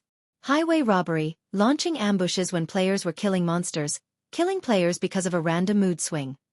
Such incidents would become normal occurrences in the future. In fact, Xueqi himself had been robbed by Tier 4 NPCs on numerous occasions in his previous life. Of course, powerful NPCs wouldn't rob just anyone they saw. They would focus on stealing incredibly valuable items. Ordinary items would hardly arouse the interest of these powerful NPCs. This change in the game was highly unfavorable for Xueqi. After all, he carried too many valuable items. As he had the game's rules protecting him before, he hadn't worried about NPCs attacking him. Now that the rules had changed, he had no choice but to act carefully. However, this still wasn't the critical point of the major update. Instead, the fatal change caused by this update was in the management of guild towns and cities. During the early phases of the major update, most players still hadn't noticed a problem with the NPC forces. However, once the local NPC forces finished conducting a thorough investigation on players, they would begin attacking guild towns. If a guild town lacked sufficient combatants to defend it, the territory might very well end up getting taken. This was also one of the main reasons why many superpowers had disbanded after God's domain underwent its first major update in the past. Meanwhile, the situation now was even worse than during Xueqi's previous life. In the past, when the first major update hit, the various superpowers already had Tier 4 players defending its territories. However, in this life, let alone Tier 4 players, the superpowers didn't even have many Tier 3 players under their command. It would become a nightmare for the superpowers to defend their guild towns against the various NPC forces. At this point, Xueqi could already foresee many powers crumbling due to these changes.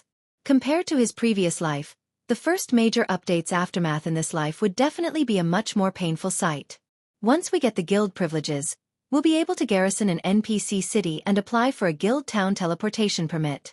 Then, Zero Wing could instantly become a giant in God's domain during the poaching wars. When Xueqi thought about the imminent poaching wars, he couldn't help feeling a little excited. In the past, some first-rate guilds had eventually grown into super guilds precisely because they managed to take advantage of the poaching wars. In the early stages of God's domain, the superpowers had a massive advantage in numbers over the major powers.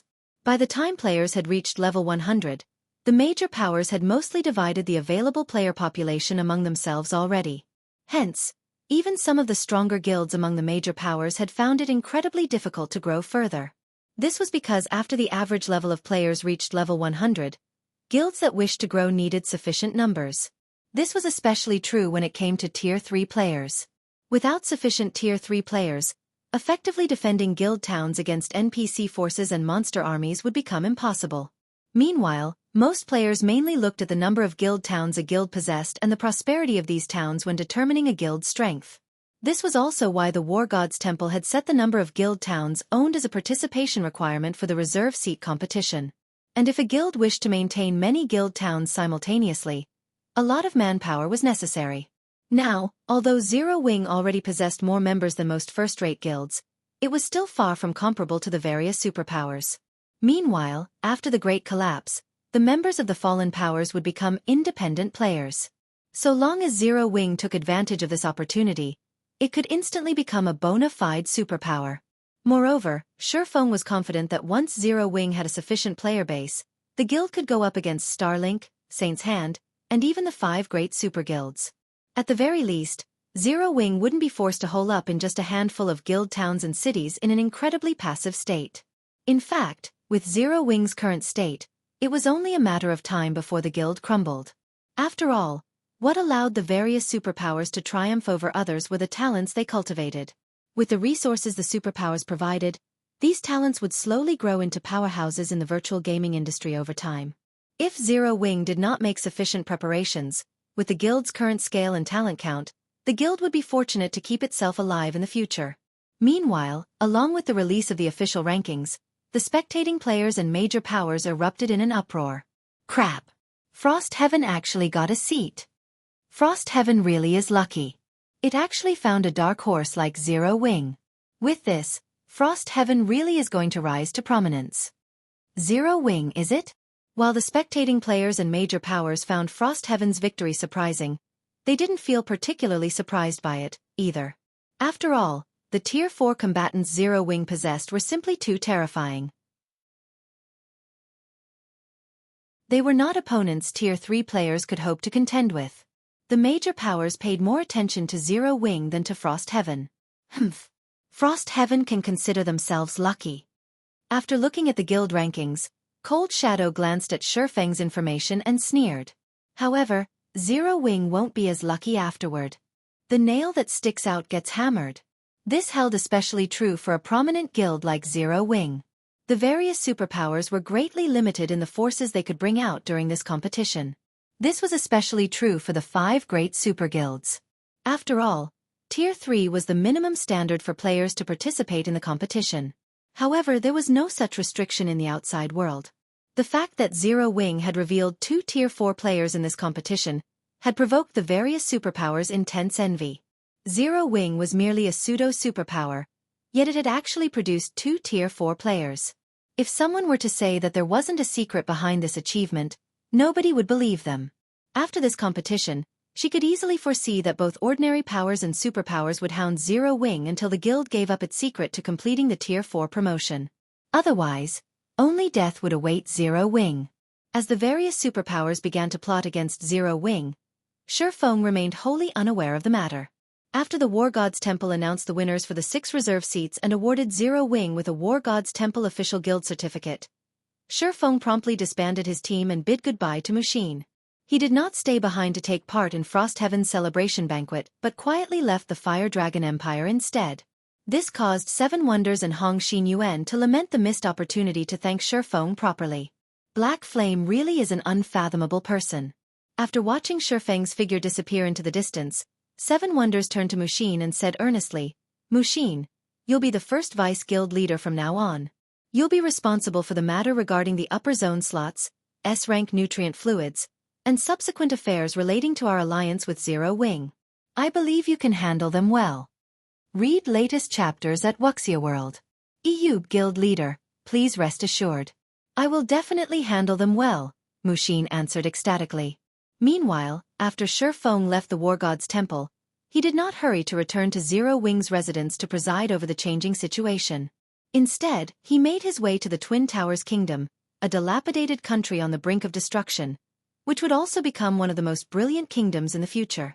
Twin Towers City, City Hall. Sir, how may I be of service? A level 180, Tier 3 male administrator asked when he saw Xuefeng enter the building. If you wish to purchase land, I will have to apologize in advance. We are no longer selling land to the public.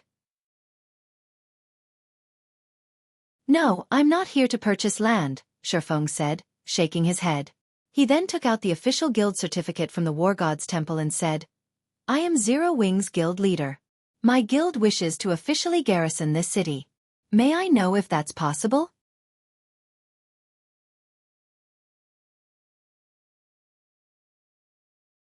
Chapter 2733. Garrisoning Twin Towers. Vico, the level 180, Tier 3 male administrator, looked at the certificate in Xuefeng's hand and carefully inspected it. Yes, this is indeed an official guild certificate from the War God's Temple. Vico nodded, his gaze turning respectful as he looked at Xuefeng. He then added slowly, Lord Guild Leader, there is nothing wrong with your guild certificate.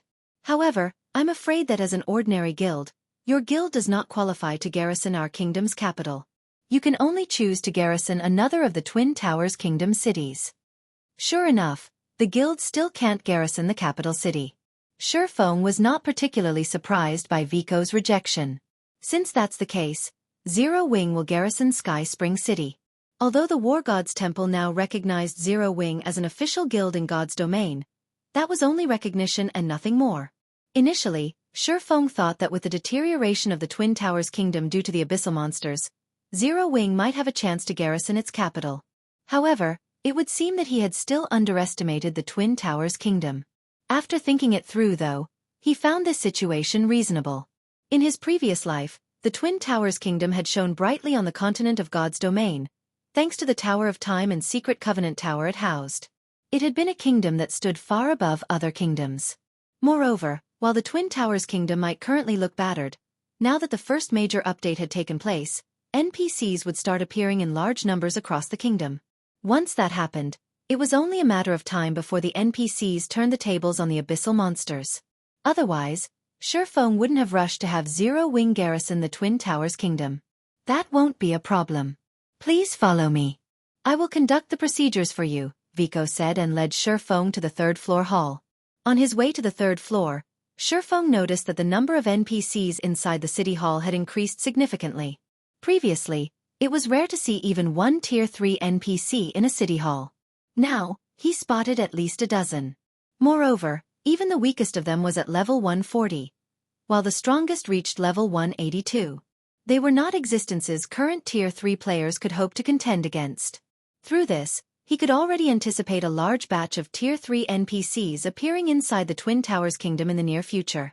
With the combat power of these NPCs, retaking the Twin Towers Kingdom and driving the abyssal monsters back into the abyss would be entirely possible. Meanwhile, the Sky Spring City he chose to have Zero Wing garrison was the closest NPC city to the Secret Covenant Tower. Although Sky Spring City didn't even rank within the top 15 of the Twin Towers Kingdom's NPC cities, after the first major update, the Secret Covenant Tower would become more attractive than the Tower of Time. This was because the Secret Covenant Tower was a holy land for grinding for levels and acquiring guild resources. Before God's Domain's first major update took place, grinding for levels was a daily chore for players. However, after the first major update, grinding for levels would become deadly. If players did not possess overwhelming strength, then the moment they left the confines of NPC cities, they would have to fight with their lives on the line. This was because both NPCs and monsters gained conscious thought after the major update, and they would no longer let players kill them like idiots. Both NPCs and monsters would fight desperately for survival.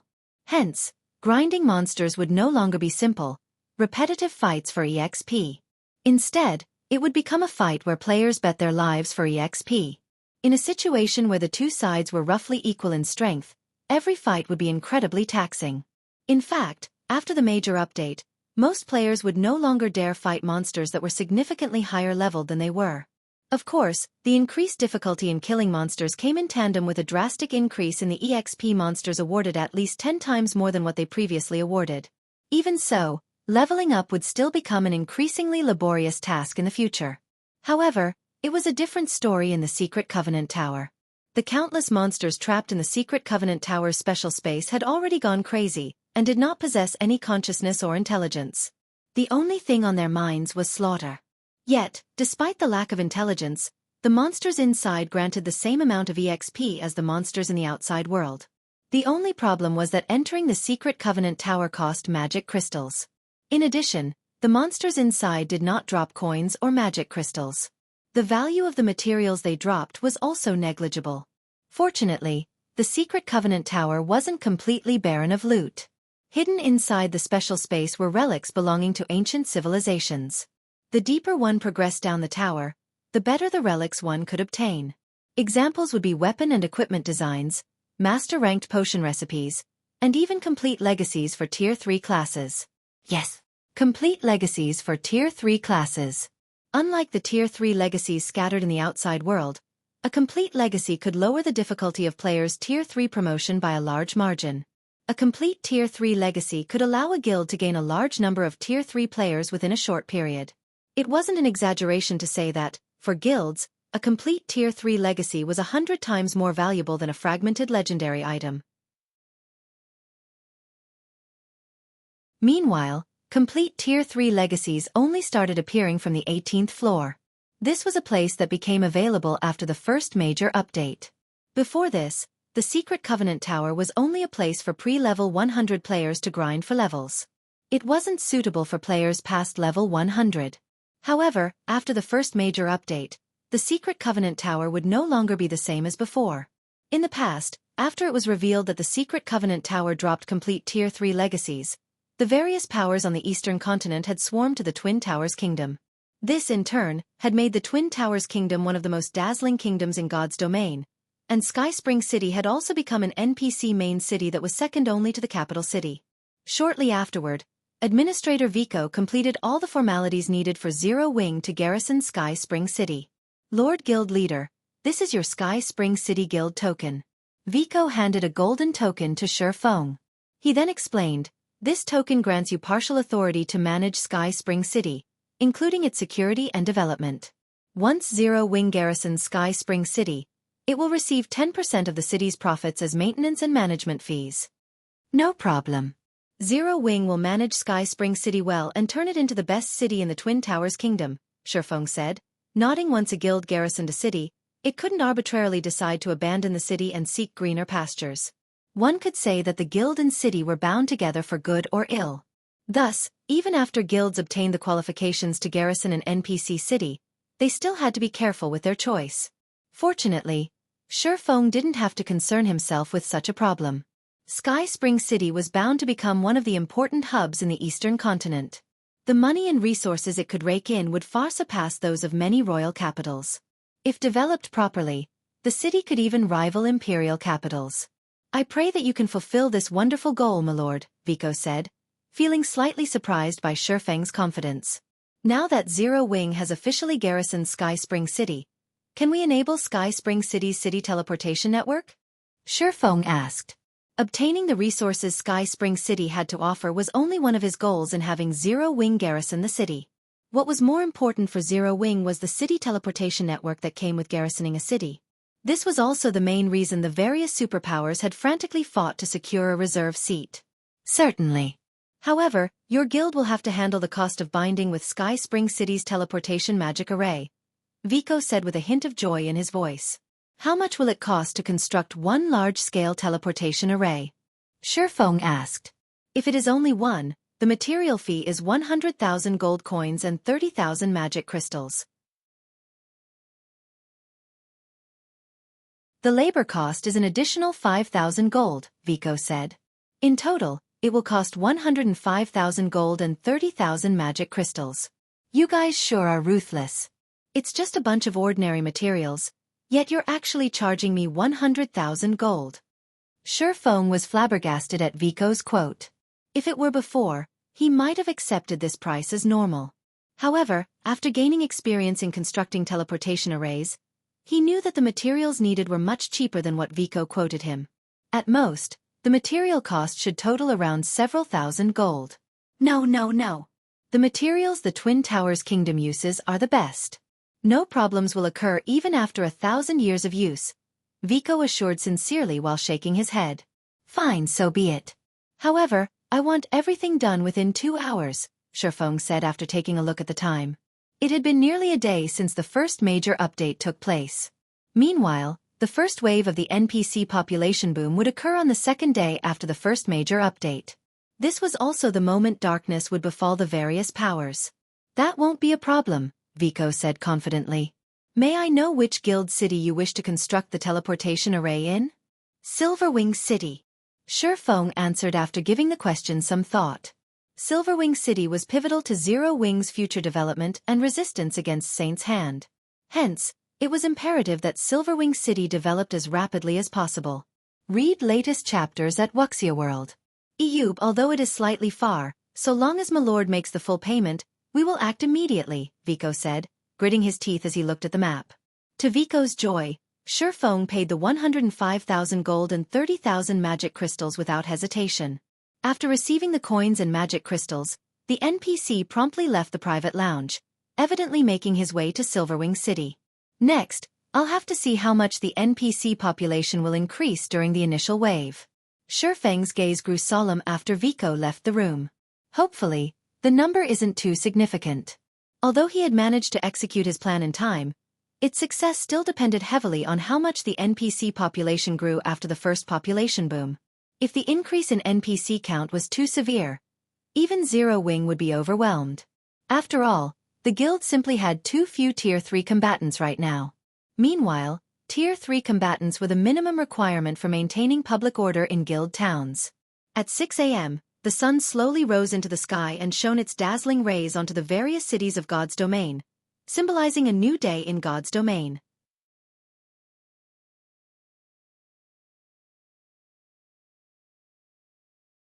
Chapter 2734. New World begins. Typhoon Empire, Typhoon City. The morning sun's rays shone on the secret pavilion's residence. However, nobody in the residence's scorching atmosphere was in the mood to enjoy this cool morning sun. As the competition for the reserve seats had just ended, the many budding talents and matured powerhouses that had debuted during the competition were now a target of attention for the secret pavilion. To sort out the information of these people and sell the information in the next publication of the God's Domain's experts list, the whole secret pavilion had become extremely busy. Every secret pavilion member within the Typhoon City residence was either sending out information to other branches or organizing the information they received from other branches. Everyone was so busy that they lost track of time. Uncle Yuan, the strength Zero Wing displayed this time is truly astonishing. One Tier 4 Sword Emperor and one suspected Tier 4 Great Wizard that wields Tier 4 large-scale destruction spells. Zero Wing has even become a guild officially recognized by the War God's Temple. The various superpowers will have to fear Zero Wing now, Purple Jade exclaimed as she read the report on Zero Wing in her hands. B/B Zero Wing was a guild they had watched grow from nothing to its current state. Initially, Zero Wing had been a small guild that couldn't even be considered third-rate. However, it gradually grew into a large guild that could challenge even first-rate guilds. Afterward, it had fought against superpowers time after time. Now it even stood on the international stage of God's Domain and aided Frostheaven in securing the 6th reserve seat, shocking countless powers in God's Domain in one fell swoop. At this point, even the various superpowers had to acknowledge that Zero Wing was a guild to be wary of. The only thing Zero Wing lacked now was a sufficiently strong foundation. It just didn't have the frightening manpower and expansive territory of a superpower. While that's correct, you shouldn't forget that Zero Wing is a guild that is completely reliant on only a handful of individuals to support it. The guild is walking a tightrope, and a single mistake can lead to disaster. Now, it has even become the focus of God's domain's various powers, Yuan Tiexin said in a low tone, shaking his head. The Tier 4 promotion quest is simply too challenging. You should know this as well. Yet, Zero Wing has 2 people suspected to have completed their promotions. You should know very well what this implies. Uncle Yuan, you mean, Zero Wing has grasped a way to complete the Tier 4 promotion quest easily? Purple Jade was a little shocked. According to the Secret Pavilion's information gathering, the hardest part in completing the Tier 4 promotion quest was searching for one's Tier 4 legacy land. Even the Secret Pavilion had yet to locate a single Tier 4 legacy land. If Zero Wing really found a reliable way to locate Tier 4 legacy lands, this would be an incredibly frightening matter. This is only conjecture. We still don't have any evidence to back it up right now. Moreover, I think the possibility of this being true is low. After all is said and done, God's domain is a relatively fair game. If Tier 4 legacy lands could be located easily, Tier 4 classes wouldn't be considered powerhouses in God's domain, Yuan Tiexin said, shaking his head. Even so, just the possibility holds an incredibly fatal attraction for the various powers. According to the inside information we've secured thus far, we can confirm that over a dozen superpowers are already preparing to suppress Zero Wing. In addition, Zero Wing has plenty of enemies: the War-Blood Adventurer team on Dragonheart Island, the Dark World's various powers in the Dark Knight Empire, and Saint's Hand in Star Moon Kingdom. Starlink, Zero Wing's old nemesis, has also been conducting a series of secretive operations recently. Starlink seems to be planning something big by the looks of it. If these superpowers join forces, even if Zero Wing has a Sword Emperor and a Great Wizard defending its territories, the guild will still have difficulty surviving. Purple Jade's complexion turned ugly at Yuan Tiexin's analysis. A pseudo-superpower was actually fighting on 3 different fronts. Moreover, every one of its opponents was either a superpower or an organization backed by a superpower. Anyone that heard this would definitely feel despair. For Zero Wing to survive until now, this was simply a miracle. Of course, Shifeng and the rest of Zero Wing's upper echelon might not be afraid of the various superpowers as individuals, but it was a different story for a guild with so many members. It would be very easy for the various superpowers to attack such a guild. Meanwhile, if a guild lacked manpower, there were many things it couldn't accomplish. One such example was the collection of resources. Just this point alone would be sufficient to make Shifeng and the others crumble. What more operating guild towns and cities? This is just the situation on the eastern continent. Zero Wing isn't safe on the western continent, either. I heard that many of the western continent superpowers are showing interest in the Starlight Fortress, Yuan Tiexin said, chuckling when he saw the blank expression on Purple Jade's face. You should know by now that Zero Wing has always been walking a tightrope, right? What happens next will depend on what kind of decision Black Flame makes. If Black Flame handles this properly and avoids disaster, with Zero Wing's current foundations, it is definitely possible for the guild to progress further. If it's mishandled, then Zero Wing will be eternally doomed. When Yuan Tiexin stated his last sentence, his voice was filled with confidence. That was because, unlike most people, he knew that mythology was most likely the driving force behind the various superpowers' decision to act against Zero Wing this time. Mythology was a behemoth. It had an unfathomable foundation in both the virtual gaming world and the real world. It was an existence that even the current secret pavilion feared greatly. As Yuan Tiexin and Purple Jade conversed, the sound of hurried footsteps suddenly came from outside the office door. The next moment, a level 114, Tier 3 ranger barged into the office, which made Yuan Tiexin frown in obvious dissatisfaction with this Tier 3 ranger's panicky actions. What's the matter? Why are you in such a rush? Yuan Tiexin questioned in a low tone. It's bad. Elder Yuan, something big happened. The Tier 3 ranger reported hurriedly as he wiped the sweat off his forehead.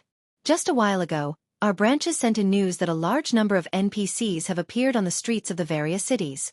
So what if NPCs appeared? What's there to be surprised about? Yuan Tiexin reacted nonchalantly. In God's domain, as a town or city developed, the number of NPC residents would increase. This was a normal occurrence.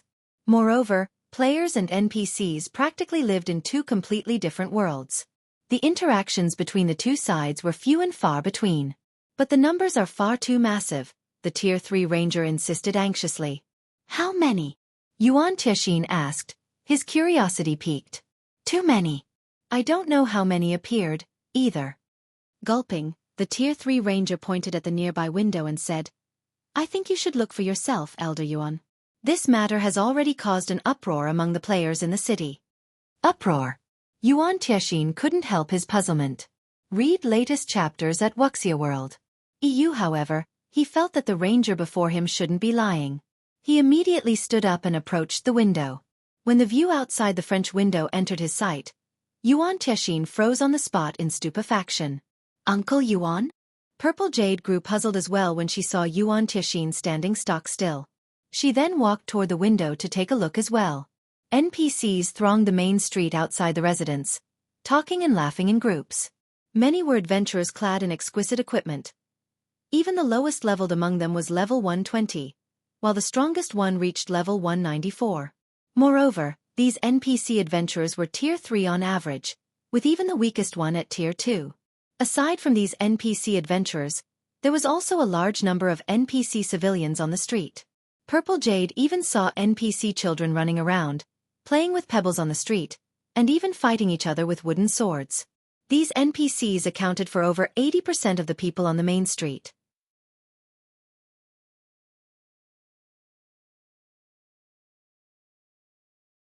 Chapter 2735. Different Gods Domain, Zero Wings Decision. Why are there so many NPCs? Purple Jade couldn't believe her eyes as she looked at the NPCs chatting merrily on the main street. Their current location was an island nation on the western continent, with an incredibly harsh environment. As a result, the player population here was insignificant, let alone the NPC population. If not for the increased trade between the two main continents, which attracted many powers and merchant players to the Typhoon Empire, the number of people walking on the main street wouldn't have exceeded 100. So, what was with this situation? With just a casual glance, she already spotted more than 1,000 NPCs, many of them NPC adventurers. Players were only a small group of unremarkable existences. After pondering for some time, Yuan Tixin turned around and asked the Tier 3 ranger, Have you investigated the origins of these NPCs yet? We've investigated already. However, we don't know where these NPCs came from. The only thing we know is that these NPCs seem to have appeared directly inside the various NPC cities, the Tier 3 ranger replied, shaking his head. Anxiously, he continued, the appearance of these NPCs has caused a sharp drop in the number of quests available in the Adventurers Association. The number of quests players can pick up is continuously decreasing. Moreover, what else is there? Yuan Tixin asked curiously. According to reports, many players have been killed after coming into conflict with NPCs outside the cities. However, this still isn't the most important part. In an uneasy tone, the ranger continued. Now, many NPCs have also flooded into the various guild towns and cities, and some NPCs with bad behavior have caused a lot of incidents. Most importantly, according to our observations, various NPC forces are actually secretly investigating us. How is this possible? Purple Jade goggled in shock. She never thought that there would come a day where the NPCs who only knew how to give quests would secretly investigate them. She got goosebumps at the thought of this. It was as if the dolls they were playing with had suddenly gained life and began secretly observing their every action. At this time, the secret pavilion wasn't the only one shocked by the sudden influx of NPCs in the game. The various powers and players of God's domain were similarly horrified by this situation. What's going on? Why are so many NPCs competing with us for quests? That's nothing. I feel that these NPCs are looking at us players as if they are looking at aliens. Some bars in the city are actually refusing entry to players. You think that's surprising? Wait till you go out to the fields. Right now, the NPCs out in the fields far outnumber us players. Some of these NPCs are even stealing dungeons from us. For a time, independent players had heated discussions over the sudden changes in God's domain. Everyone felt as if they had truly arrived in a different world. Now, in addition to other players, they also had to compete with NPCs. Moreover, these NPCs were even more difficult to deal with than players. Not only were these NPCs powerful, but they also had an overwhelming advantage in numbers over players. The only advantage players had was their inability to die a permanent death. However, as if understanding this point, the NPCs generally didn't forge irreconcilable feuds with players. Most of them would only teach the players that offended them a lesson. Only the Dark Forces NPCs disregarded this matter. Compared to the independent players, though, the various powers were the ones that had a truly big headache. Damn it! Why did all these NPCs come from? Instead of staying in NPC cities, they actually came to make trouble in our guild towns and cities. Many of our businesses can't even operate normally, thanks to them. That's not all. Some NPCs are even robbing our mines and transportation teams. Along with the sudden influx of NPCs, the various powers suddenly found that the difficulty of maintaining the security of guild towns and cities and completing large-scale transportation quests had increased drastically. Some superpowers had even tasted getting bullied for the first time since entering God's domain. However, the current players were simply no match for these NPC forces. Even the superpowers had no choice but to abandon many of their development plans and focus on protecting their territories. As for the major powers, they even began abandoning some of their guild towns to concentrate their forces on defending their crucial territories. For a time, the various player forces in God's domain shrank rapidly. Simultaneously, they also began recruiting members desperately to defend against the NPC forces' assault. Silverwing City, Zero Wings residents. Due to the sudden increase in the game's NPC population and the many incidents subsequent to this change, Zero Wings upper echelon had gathered to discuss how to deal with these NPCs. Guild leader, the major powers are frantically recruiting members to consolidate their power. They are also spending a lot of money to hire Tier 3 NPCs from the Adventurers Association to guard their guild towns. If we don't act now, I'm afraid the more powerful Tier 3 NPCs will be snatched up by others, Liang Jing said anxiously to Shifeng after reading the latest report. The sudden influx of NPCs had caught every player off guard. Originally, the changes to the NPCs after the first major update was already a slight problem. Now that the NPC population far surpassed the player population, this change was no longer just a problem but a disaster. Zero Wing's 3 guild cities held strategic locations and also had incredible growth potential. Meanwhile, according to the information Liang Jing's subordinate sent her, many NPC forces had already set their sights on Zero Wing's guild cities. These NPC forces refrained from taking action only because they were still investigating Zero Wing's strength. However, once they completed their investigation, they would most likely take action immediately. If an NPC force took action, it could create much more trouble than a player force. While the possibility of a frontal confrontation was low, it wasn't exactly impossible. And even if the various NPC forces did not directly assault Zero Wing's guild cities, they could still dispatch NPCs to lurk around the guild cities' trade routes and ambush susceptible targets. That would be a nightmare for Zero Wing. Hence, Zero Wing had to increase its defenses as soon as possible. That's right. Guild leader, if we act slowly, the various major powers will steal all of the powerful Tier 3 NPCs. The other management personnel present nodded in agreement with Liang Jing. In the current situation, even the various superpowers had to lower their heads and hire NPCs from the Adventurers Association.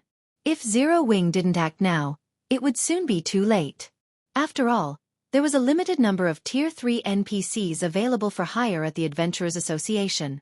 If the other powers got to pick first, nothing would be left for Zero Wing. Although Zero Wing also had many powerful Tier 3 personal guards, these personal guards were still far from enough to maintain the security of 3 cities. Moreover, the difficulty of directly recruiting Tier 3 personal guards was incredibly high. At best, players could only recruit Tier 2 NPCs with good growth potential. In addition, personal guards cost a lot of money to nurture.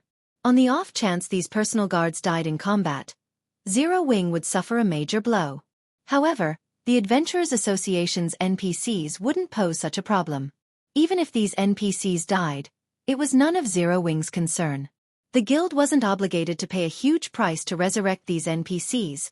That won't be necessary. Shifeng shook his head. While hiring the Adventurers Association's Tier 3 NPCs is indeed a solution, it isn't a long-term one. The cost to hire these NPCs is excessive. Any random Tier 3 NPC will cost at least 100 gold per day to hire, and the defense of a small city will require at least 500 Tier 3 NPCs. That's an expenditure of 50,000 gold per day. Only the superpowers could afford to pay a daily maintenance fee of 50,000 gold for one guild city. However, it was a different story for Zero Wing. Zero Wing originally already spent a lot of coins every day. In fact, the guild was reliant on selling coins for credits to maintain the operation of its headquarters in the real world. Hence, it couldn't afford to hire Tier 3 NPCs to safeguard its guild cities at all. But quite a number of NPCs have begun making a ruckus in our cities. Fortunately, we have Tier 4 NPCs defending our cities, so those NPC forces are still cautious when causing a scene.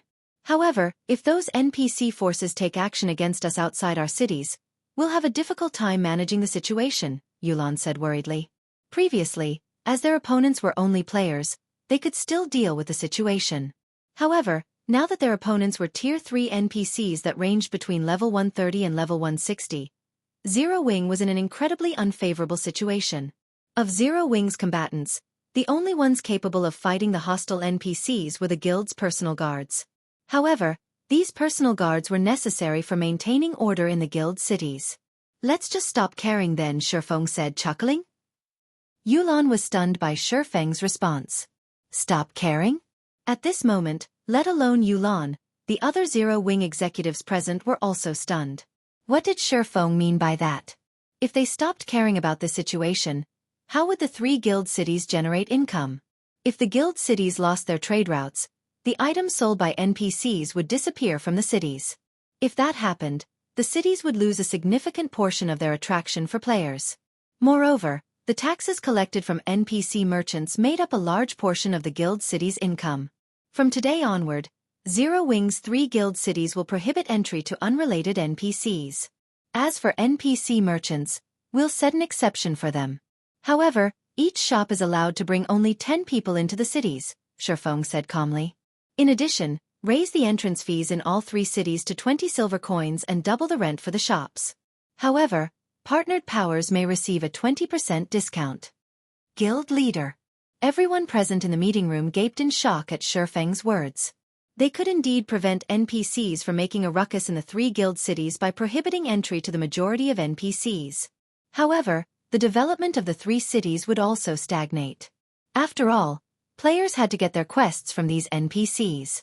Moreover, many of the items sold in the three cities were actually sold by NPCs. If they refused entry to NPCs, it would be equivalent to having the income of the three cities.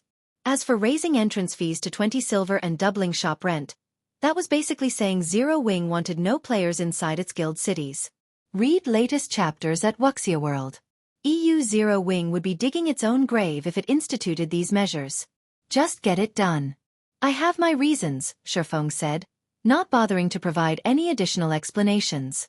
He then left the meeting room immediately. When the first major update took place in his previous life, the various powers already had plenty of Tier 3 players under their command, with some even having Tier 4 players.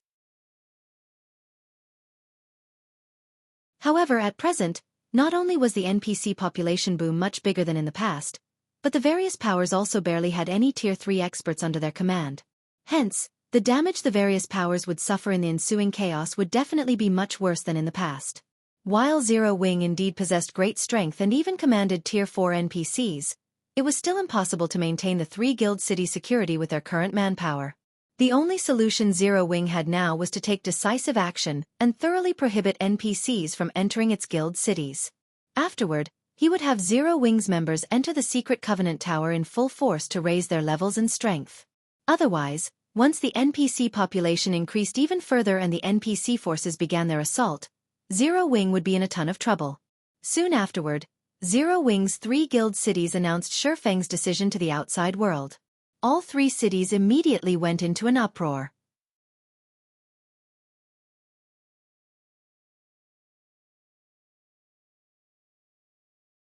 Chapter 2736. Crazy Zero Wing? Cold Spring Forest, Stone Forest City, Freedom Hotel. What is Zero Wing thinking? Mu Lingsha, who was resting in a room in the Freedom Hotel, stood up reflexively in surprise when she saw the announcement Zero Wing made in Stone Forest City. Prohibiting NPCs from entering the city at such a time? Even Stone Forest City wouldn't be able to afford such a loss. After reading the city announcement, Unyielding Heart, who sat nearby, pondered before saying, "But this is indeed one way to solve the NPC problem.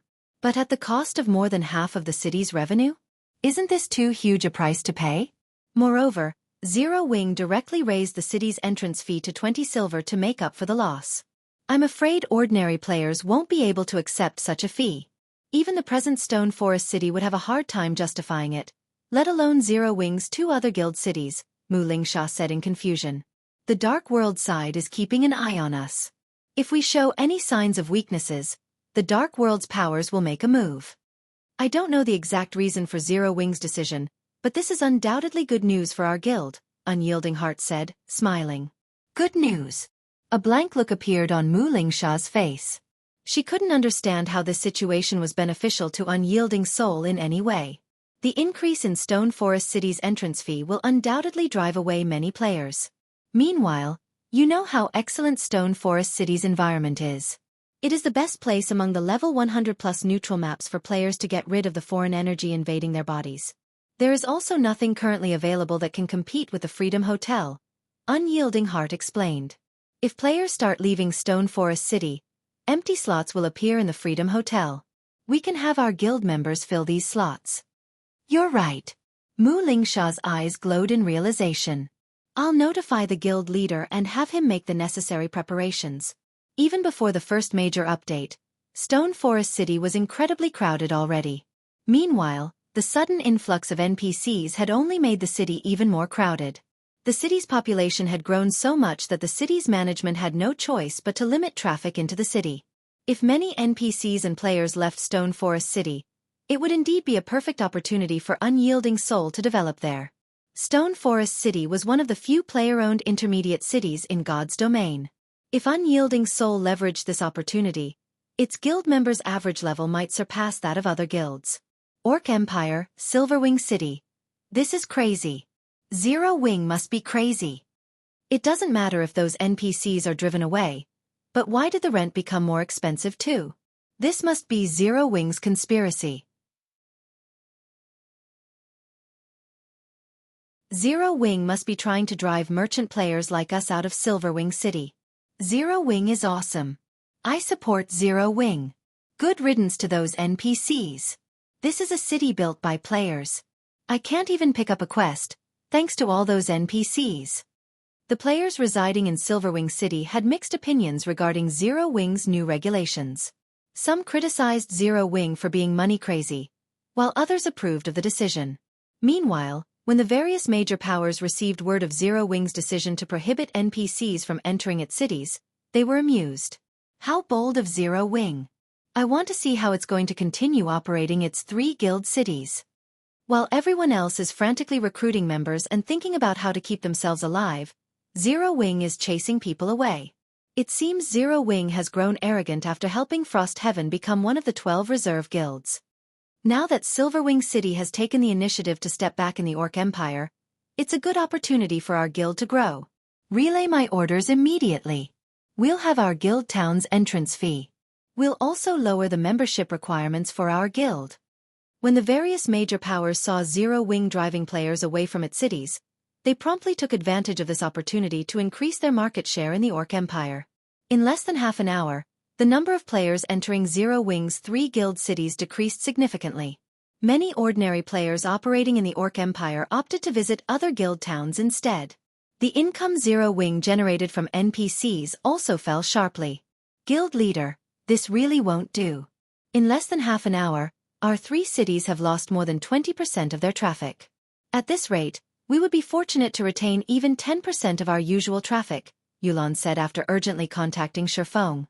She felt herself going crazy over this situation. All of this was money.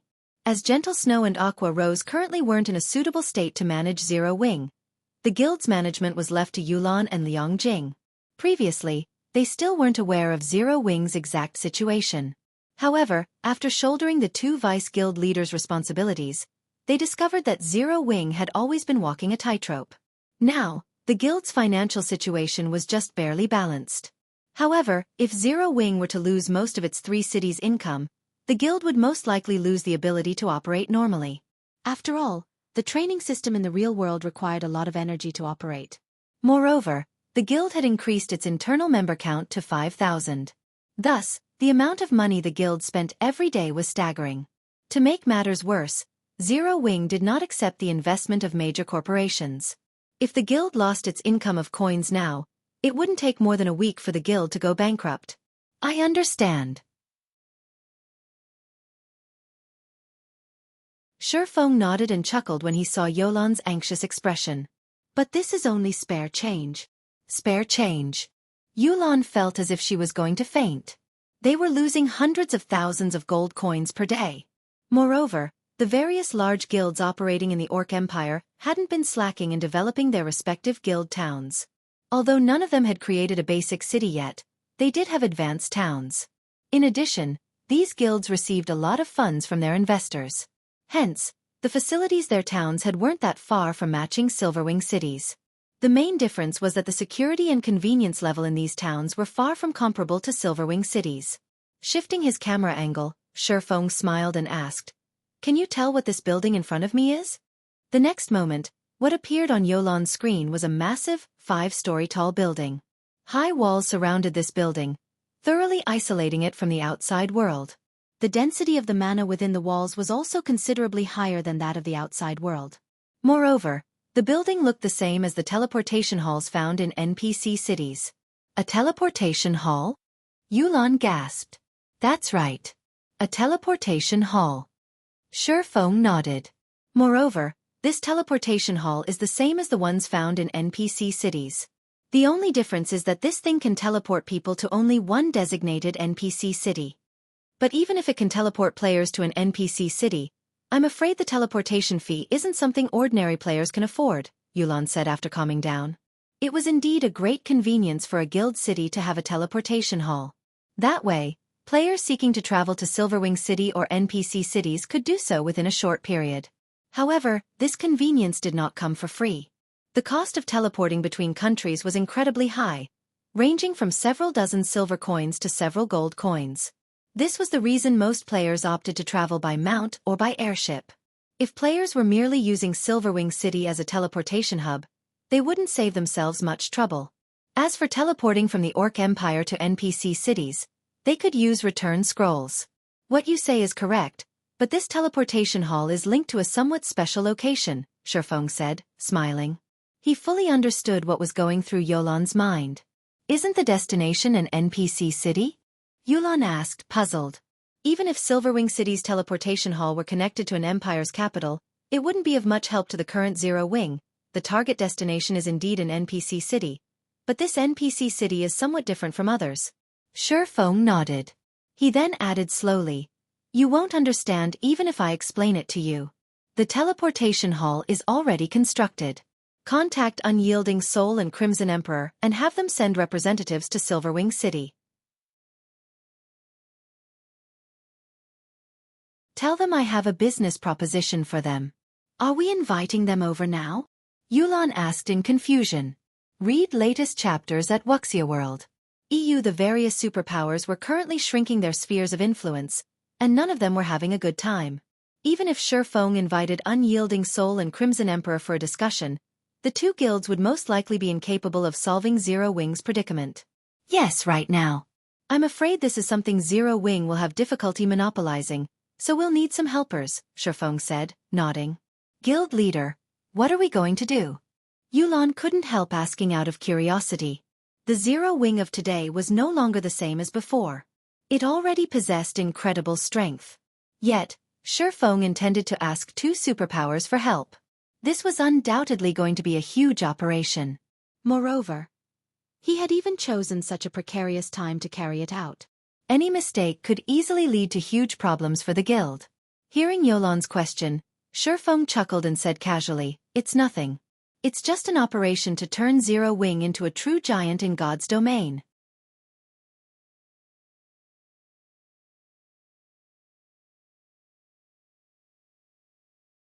Chapter 2737. Wealthy Shifeng Silverwing City, Southern District. On a sparsely populated street, four players wearing black cloaks walked slowly into an alleyway. They would also occasionally observe their surroundings to guard against being followed. After the four of them walked a certain distance into the alleyway and verified that there were indeed no players following them, they breathed out a sigh of relief. What is this black flame trying to do? Why must we act so secretively and not let others notice us? A female guardian knight with shoulder-length hair demanded in dissatisfaction. Blue. Illusory words, the cleric in holy white robes, glared at the female knight standing beside her. I made an exception and brought you here this time. You'd best pay attention to your words and actions.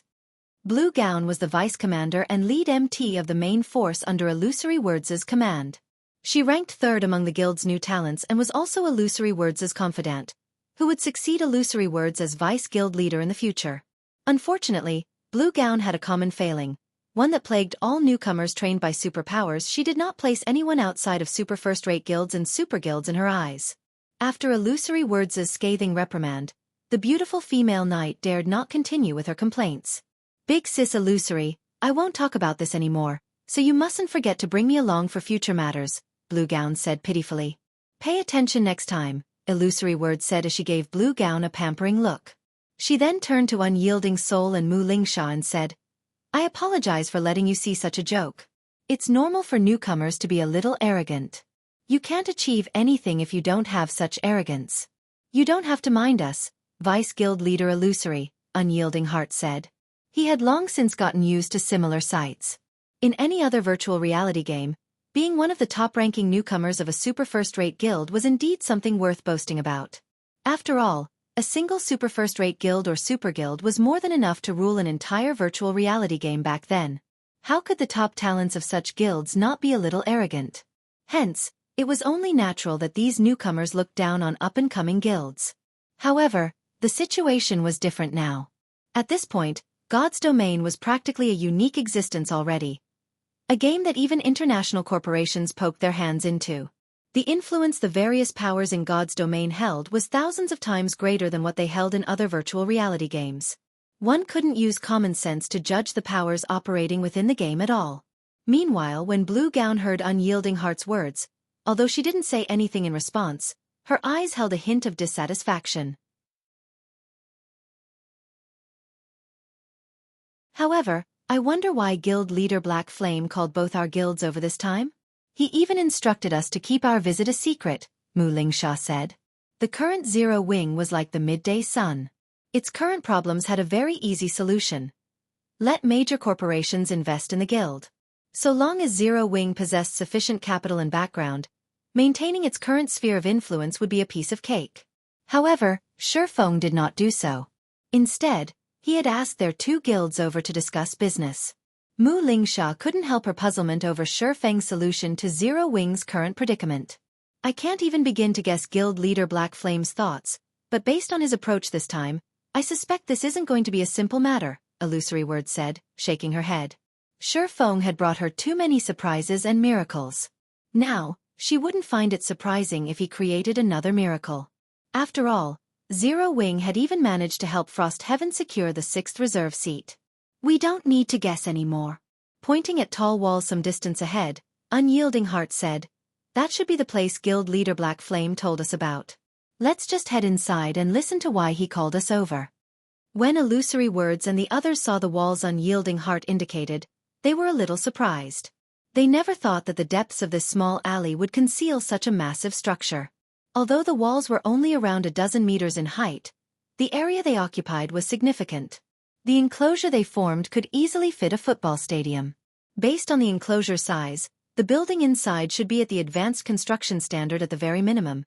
Yet nobody had discovered its existence, even now. When the group of four arrived before the steel gate in one of the tall walls, they were dumbfounded. 4 level 130+ fine gold guards manned the gate. There was even a level 133, Tier 3 dark gold ranked Great Mage protecting the gate in secret. The level of security was astonishing. At this stage of the game, if these 5 NPCs worked together, they could annihilate a 1,000-man team of Tier 3 players. Moreover, the various large guilds were treating fine gold and dark gold guards like precious treasures, showering them with all sorts of resources and ensuring their safety as much as possible. On the other hand, Zero Wing was actually using these precious guards as gatekeepers. This is private property. What business do you have here? A fine gold guard clad in grey leather armor asked in a hostile tone when he saw Unyielding Heart's group. We were invited by guild leader Black Flame. Unyielding Heart promptly took out the invitation he received from Zero Wing, which had Zero Wing's guild leader's seal to prove its authenticity. The magical mark is correct. The Tier 3 assassin clad in leather armor nodded. He then said, "Please follow me." Okay. Unyielding Heart's group then followed the Tier 3 assassin through the gate. Upon walking through the entrance, Unyielding Heart and the others gasped automatically. A teleportation hall? How is this possible? Aren't teleportation halls restricted to the national level? Blue Gown couldn't believe her eyes when she saw the 5-story-tall teleportation hall before her. She never thought Zero Wing could actually construct this sort of transportation tool in Silverwing City. B of R A/B B greater than N/B, or even now, teleportation arrays were incredibly rare items among the superpowers. What more a complete teleportation hall? Teleportation halls might be common in NPC cities, but for guild cities, they were priceless treasures that could skyrocket a guild city into prominence. The world of God's domain was massive. It took a long time for players to travel to level 100+ maps even on flying mounts, and much longer for players without flying mounts. Many powers and adventurer teams would be willing to break the bank if it meant they could teleport directly to somewhere close to level 100+ neutral maps. After all, time represented both money and opportunities for these people. Unlike ordinary players, they couldn't afford to progress at a leisurely pace. So, this is why we were required to come here quietly? How astonishing! Unyielding Heart smiled bitterly as he looked at the teleportation hall. This should be one of the privileges given to guilds officially recognized by the War God's Temple, Illusory Word said, a hint of envy in her eyes. With such a privilege, developing a guild city would be a piece of cake. Moreover, Silverwing City possessed an excellent environment and strategic location. That's right. This is indeed one of the privileges of an official guild. A voice suddenly entered the ears of Illusory Words and the others, answering the question in their hearts. Guild leader Black Flame. Is this teleportation hall the important matter you wish to discuss? Unyielding Heart asked in slight confusion as he pointed at the teleportation hall. A teleportation hall was a godly development tool. So long as Zero Wing publicized the existence of its teleportation hall, combined with Silverwing City's defenses, Silverwing City would have no problem developing rapidly. Unyielding Soul and Crimson Emperor's participation wouldn't make a difference in the endeavor. In fact, their two guilds would want to ask Zero Wing for help instead. Yes, but that's not all of it. Xueqi nodded. He then smiled and said, "There's no point in telling you about it now. Follow me." After saying so, Xueqi promptly made his way inside the teleportation hall. After Unyielding Heart, Mu Ling Sha, Illusory Words, and Blue Gown exchanged looks, they followed him. The next moment after the four stepped onto the teleportation array inside the teleportation hall, they found themselves inside the Twin Towers Kingdom Sky Spring City. At this time, however, Sky Spring City didn't have many players. Over 99% of the city's population consisted of NPCs. When these NPCs saw Unyielding Heart's group, they even began eyeing the group curiously as if they had just encountered some rare creatures. Let's go. There are too many people here. After glancing at the NPCs observing them, Xueqi took out a Tier 3 group teleportation scroll from his bag and activated it. Before Unyielding Heart and the others could react, they were already over 10,000 yards outside of Sky Spring City. Afterward, Xueqi summoned the Thunder Eagle and ferried the group through the air for over half an hour. At the end of their journey, the group arrived at an ancient tower that pierced the clouds. The tower was easily over 1,000 meters tall. The Secret Covenant Tower? Illusory Words instantly recognized the ancient tower. Curious, she asked, "Why are we here?" She knew a little about the Twin Towers Kingdom's Secret Covenant Tower. The Secret Covenant Tower was an excellent leveling ground for players who had yet to reach level 100. And while there was an entrance fee of 1 magic crystal per person, so long as players didn't die, they could grind inside the tower for as long as they wanted. Initially, many large guilds had brought their new members here to increase their levels quickly. Only, After the introduction of several expansion packs, many more leveling spots became available. Since the monsters inside the Secret Covenant Tower didn't drop any good loot, the various powers had opted to power level their new members elsewhere. With mainstream players having long since exceeded level 100, the Secret Covenant Tower was now a thing of the past. To grow stronger, Xueqi said, chuckling. To grow stronger? Illusory Words was slightly surprised by Xueqi's words. But we have long since passed level 100. The current Secret Covenant Tower's limit is no longer level 100, Xueqi said, shaking his head. Before the major update, the tower's open underground levels were only up to the 18th floor. Back then, the tower was, at best, suitable for players up to level 99. However, the tower's open underground levels are now up to the 36th floor, and the monsters inside reach up to level 150. Vice Guild Leader Illusory. I'm sure you understand what this means, right? When Xueqi finished speaking, the eyes of Illusory Words and Unyielding Heart lit up with excitement. Nowadays, due to the large number of NPCs competing for quests and monsters, leveling up had become incredibly troublesome. Yet, levels were what players currently lacked the most. If, at the cost of one magic crystal per person, players could freely grind the crazed monsters inside the Secret Covenant Tower, their leveling speed would be much faster than what they could achieve in the outside world. Guild Leader Black Flame, do you mean for us to cordon off the Secret Covenant Tower, monopolize it for ourselves, and let our guild members level up rapidly? Unyielding Heart asked, a hint of excitement in his voice. It had originally already been difficult for players to level up past level 100. With the additional competition from NPCs, the endeavor only became even more challenging. However, if Zero Wing, Unyielding Soul, and Crimson Emperor had a way to allow their members to reach level 120 rapidly and start challenging their Tier 4 promotion quests, their guild's development speed could surpass the other superpowers by a large margin. No, I don't mean to cordon off the Secret Covenant Tower. Xueqi shook his head. Read latest chapters at Wuxia World. Then? Unyielding Heart prompted, confused by Xueqi's answer. I want to thoroughly seal off Sky Spring City. Xueqi's eyes gleamed with a manic light at this proclamation. Aside from the members of our 3 guilds, we will prohibit all outsiders from setting foot in Sky Spring City. Cordon off the entire Sky Spring City? Unyielding Heart was stunned. Guild Leader Black Flame. Isn't that a little overboard? Illusory Words asked in confusion. While the Secret Covenant Tower can indeed provide faster leveling, the manpower required to thoroughly cordon off an NPC city is too much. With the current state of the game, it will be incredibly taxing for our 3 guilds to do so. Due to the NPC population boom, the various superpowers were short on manpower.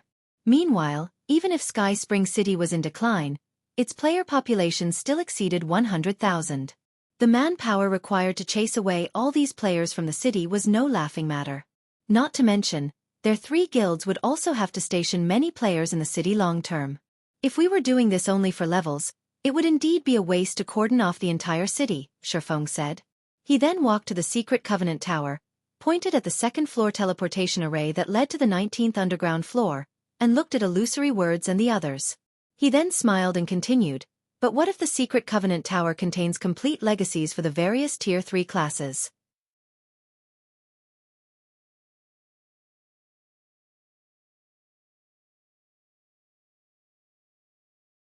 Chapter 2738. Tripartite Partnership, Complete Legacies for the Various Tier 3 Classes? Illusory Words, Blue Gown, Unyielding Heart, and Mu Lingsha couldn't help staring at Xueqi in shock and disbelief. This was especially true for Crimson Emperor's talented rookie, Blue Gown. She found Xueqi's words fantastic. In the current era of God's domain, the various kingdoms and empires already had a lockdown on Tier 3 legacies. They treated Tier 3 legacies as priceless treasures, and outsiders like players shouldn't even think of referring to these legacies. The only option players had for reaching Tier 3 was to search for the lost and fragmented Tier 3 legacies, hidden in level 100+ neutral maps. Yet, Xueqi was telling them that they could get their hands on complete Tier 3 legacies. How could she possibly believe this? Is what you say true, Guild Leader Black Flame? Illusory Words had to ask. If the Secret Covenant Tower were only good for providing players with a faster leveling speed, it wouldn't have too significant an impact on a superpower like Crimson Emperor. This was because tiers were everything in God's domain. Levels were only secondary. However, the various superpowers were currently already having trouble with the Tier 3 promotion quest, let alone the elusive Tier 4 promotion quest. In fact, the difficulty of the Tier 3 promotion was so high that the various superpowers were using the number of Tier 3 players they had as a comparison of strength. If what Xueqi said was true, and the Secret Covenant Tower contained complete Tier 3 legacies, then this was an incredibly astonishing matter. If news of this matter leaked out, it would most likely send the entire God's domain into an uproar. After all, despite many players having reached level 100 already, the players that had completed their Tier 3 promotions were still incredibly rare. If one could get a complete Tier 3 class legacy, then completing the promotion quest for the specified class would become significantly easier. This was why NPCs had a much easier time reaching Tier 3 than players. If the difficulty of players' Tier 3 promotion quests were reduced, the number of players successfully reaching Tier 3 would definitely skyrocket. You can personally verify this matter afterward, Xueqi said, chuckling. However, we must first decide whether we will cooperate or not. Unyielding Soul will do it. Unyielding Heart said without hesitation. Crimson Emperor naturally won't miss this opportunity, either, Illusory Word said, nodding. However, she then continued worriedly, but with only our 3 guilds, I'm afraid it will still be very difficult to seal off Sky Spring City, let alone concealing the Secret Covenant Tower's true secret. Cordoning off an NPC city was a challenging endeavor, as players could freely teleport into NPC cities. Players like themselves were powerless to prevent this.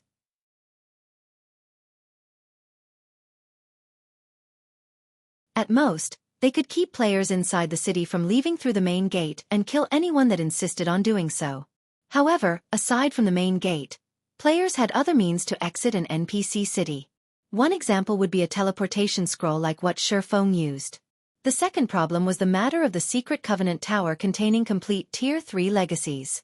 If Unyielding Soul and Crimson Emperor dispatched a lot of manpower to hunt for legacies, the superpower spies planted in their 2 guilds would very quickly find out about the secret. At that time, cordoning off Sky Spring City would become even more of a challenge. In fact, it might even become impossible. Tip, you can rest assured on this point. Since you agree to cooperate, what follows next is simple, Xueqi said, chuckling. He then took out a pale gold token and explained. This is Sky Spring City's guild token. Zero Wing has already garrisoned Sky Spring City and gained a portion of the city's management rights. A portion of the city's management rights? Illusory Words' eyes widened in shock as she looked at the guild token. NPCs manage the NPC cities of the various kingdoms and empires. Hence, any guild that successfully acquired even a small portion of an NPC city's management rights would have a solid hold over the city. Other guilds would have no way of wresting control over the city away from the ruling guild. In other words, Sky Spring City was already Zero Wing's possession. So, this is the privilege an official guild receives from garrisoning a city? Unyielding Heart looked at the token in Xueqi's hand with envy. He had to admit that this privilege was truly amazing. With this privilege, it was only a matter of time before Zero Wing surpassed its rival guilds. While a guild city indeed possessed excellent development potential, NPC cities still dominated the current god's domain. Travel between NPC cities was incredibly convenient. Moreover, NPC cities all had shops and auction houses that sold the essentials that the various powers and independent players couldn't do without. Thoroughly occupying an NPC city meant acquiring a gold mine with a steady income, and no need to manage the city to obtain such significant income.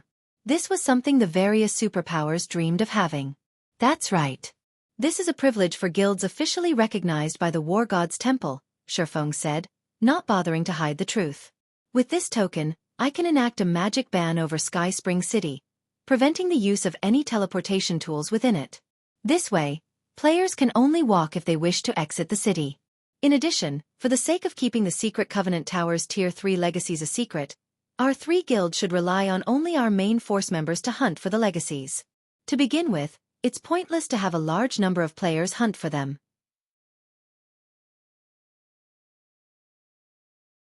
Ordinary Tier 3 teams can't even survive on the lower floors, let alone search for the complete legacies. Of course, it's impossible to keep this secret forever. However, at this stage of the game, I wish to keep it hidden as long as possible. Illusory Words and Unyielding Heart nodded in agreement. They, too, felt that this was the only way they could go about doing things. So long as their guilds acquired complete Tier 3 legacies, they would already have a significant lead over the other superpowers. And the longer they could keep this secret hidden, the greater the benefits they could reap from it. "Let's sign a contract then," Xueqi said as he pulled out 2 guild contracts. Initially, Xueqi had wanted to invite the secret pavilion as well.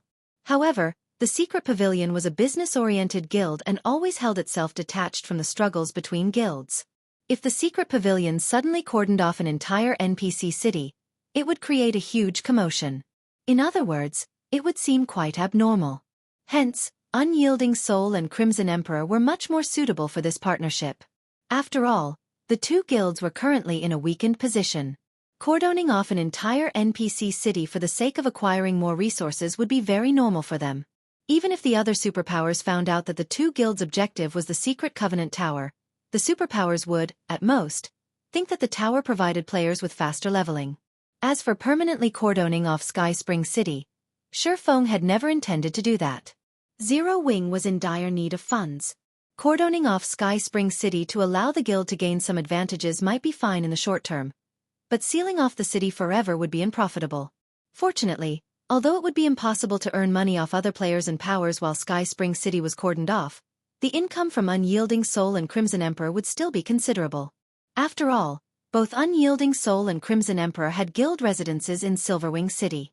Compared to teleporting to Sky Spring City from the NPC cities of other kingdoms and empires, which would cost a minimum of 4 gold, it only cost a little over 1 gold per person to teleport from Silverwing City. Meanwhile, Zero Wing would get half of the profits generated by Silverwing City's teleportation hall. At that time, Zero Wing would earn a bunch in teleportation fees and entrance fees from Unyielding Soul and Crimson Emperor. After all, the 2 guilds would be sending a lot of players to the Secret Covenant Tower to level up. This income would easily offset the loss Zero Wing suffered from barring NPCs from its guild cities. Nevertheless, raking in money from the 2 guilds wasn't a long-term plan, as both guilds had limited players and coins. Afterward, Illusory Words and Unyielding Heart signed a guild contract with Xueqi on behalf of their respective guilds.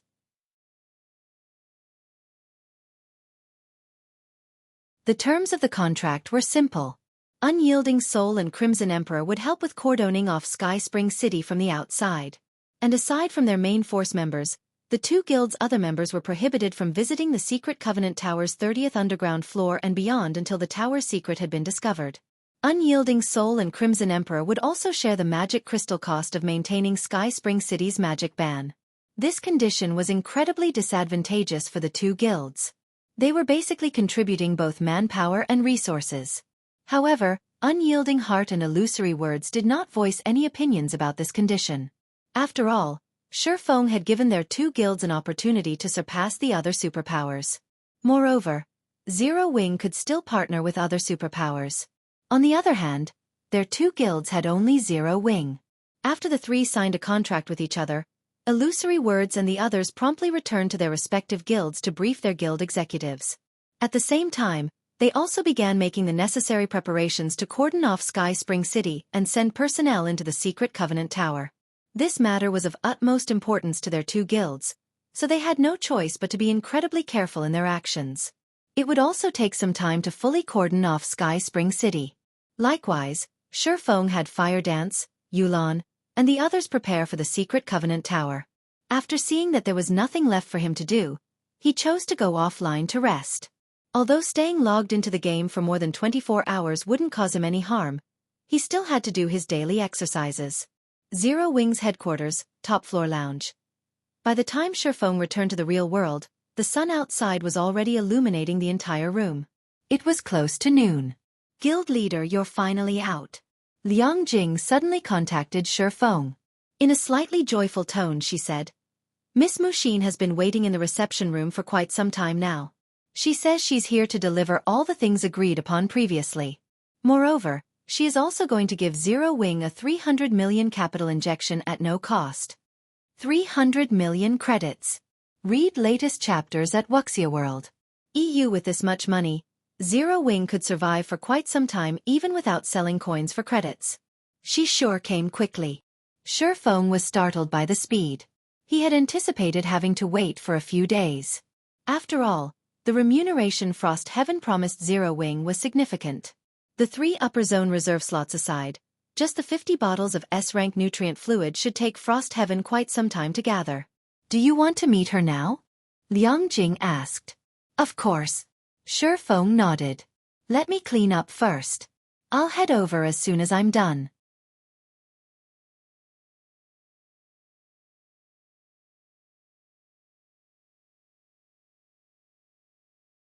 Chapter 2739. Upper Zone Zero Wings Headquarters, Top Floor Lounge. After Xuefeng finished tidying up, he made his way to the lounge. Upon entering the room, he noticed 2 girls sitting by the window and enjoying the scenery outside. Of the 2 girls, the elder one was Muxin, whom Xuefeng had met quite a few times now. Muxin wore a purple cyan one-piece dress. Like the summer sun, she exuded an indescribable warmth. Her aura in the real world was quite unlike the solemn aura she had in God's domain. The younger girl, sitting beside Muxin, wore a white sweatshirt and a pair of jeans.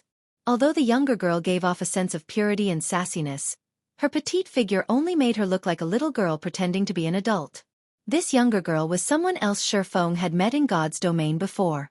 She was Kurue, Muxin's younger sister. Xuefeng, you finally decided to show up. Do you know how long you made us wait here? Kurue said, her face full of resentment as she looked at Xuefeng. Don't listen to her.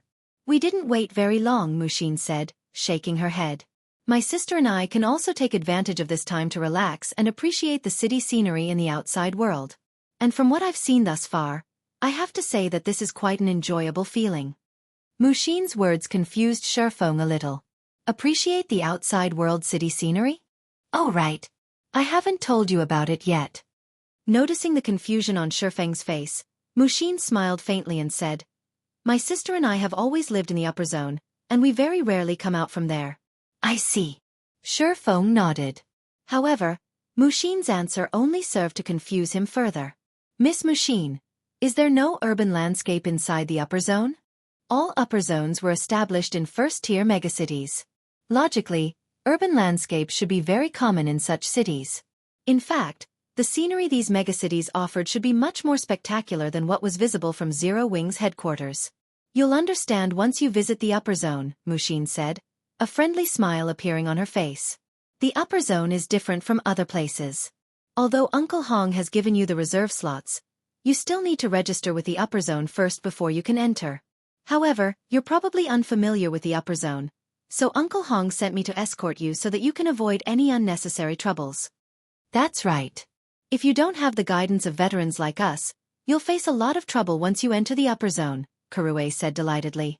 You might even get kicked out of the upper zone because of a single mistake. Muxin did not refute Kurue's words.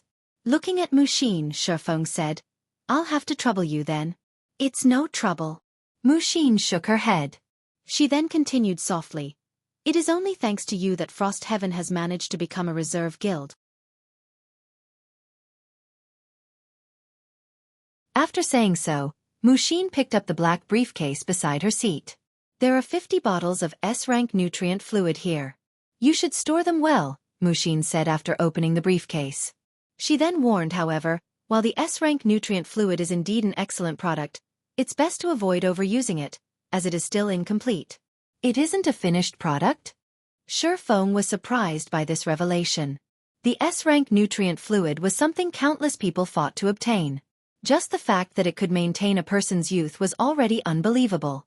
Yet, this drug wasn't actually a finished product? That's right. It isn't a finished product, so you should drink as little of it as possible, Kurue said, nodding. She then continued in a surprisingly soft voice. As you're about to enter the upper zone, there are some things you are allowed to know now. The S-rank nutrient fluid is only a defective product. However, as it indeed has amazing effects on the human body, the Green God Company sells it in small quantities. Nonetheless, in the upper zones, drinking it isn't recommended. Muxin nodded in support of Kurue's words.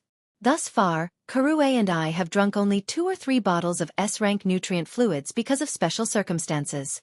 Uncle Hong even severely warned us and banned us from drinking more. Uncle Hong isn't someone who would harm us, so you should also be careful when using the S-rank nutrient fluid, Muxin said earnestly. Upon hearing this, Feng couldn't help becoming a little wary of the S-rank nutrient fluid.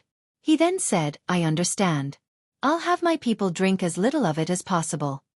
If even the upper zone advised its residents against drinking the S-rank nutrient fluid, then there were definitely problems with this product. However, as to what exactly these problems were, most likely, only a small number of people knew. Fortunately, aside from himself, everyone else in the guild hadn't consumed a significant amount of S-rank nutrient fluids. Now that our matters here are settled, since her elder sister had already transferred the S-rank nutrient fluids to Feng, Xueqi said excitedly, let's go to the upper zone. We're going there now? Feng was a little stunned.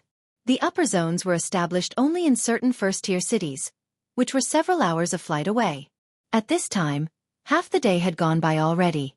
Of course. We have a supersonic jet ready, Xueqi said nonchalantly. If we miss today's opportunity, it'll be very troublesome to schedule another appointment. Xueqi is right. Although Uncle Hong has given you the status required to enter the upper zone, entering it isn't easy. Since our matters here have been concluded, we should head over immediately, Mushin said in agreement. Okay. I'll make some arrangements here and go with you afterward, Feng said without much hesitation. After all, he, too, wanted to visit the upper zone.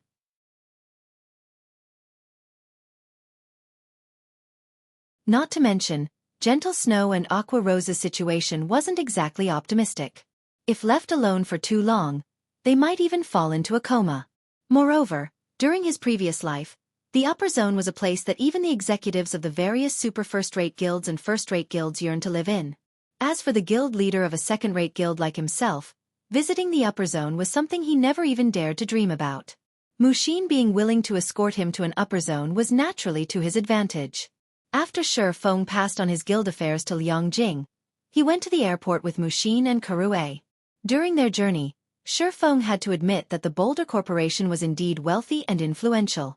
With the corporation's private supersonic jet, a trip that should have originally taken several hours on an ordinary airplane was completed in just 1 hour. At the end of the flight, the trio found themselves in Yuantian City, one of only 3 first-tier megacities within the country to house an upper zone. While crossing the city districts on a high-class maglev train, Feng couldn't help lamenting ruefully. As a megacity with a population of more than 100 million, Yuantian City far outstripped other cities in terms of prosperity. It was also one of the cities Feng had always wished to develop Zero Wing in, as it had many important resources rarely found in the outside world. In fact, almost all super first-rate guilds and super guilds operating in the virtual gaming industry had their headquarters in cities hosting an upper zone. This was because the upper zones would occasionally release some of its resources to the outside world. The various corporations based in the megacities hosting the upper zones would quickly divide these resources among themselves, and very rarely would any of these resources leave the city limits. It wasn't an exaggeration to say that only corporations that had set roots in an upper zone city could be considered a truly top-tier corporation. The road before Zero Wing was still very long. Meanwhile, after traveling inside the city for close to an hour and passing through many tunnels, Mushin parked the car in a vast area surrounded by steel walls. She then pointed at a huge door nearby and said, "We're here." After saying so, Mushin got out of the car and led Feng to the huge door. "B/B. The upper zone is beyond this thing?" Feng was amazed as he took in the 50-meter-tall stone door and the energy walls that enveloped the space above the enclosure. In his previous life, he had only ever heard about the upper zone, and the information hadn't been much. Now that he was looking at one himself, he could only describe the upper zone as a titanic building made entirely of steel. "Let's go in," Xueqi said to Feng.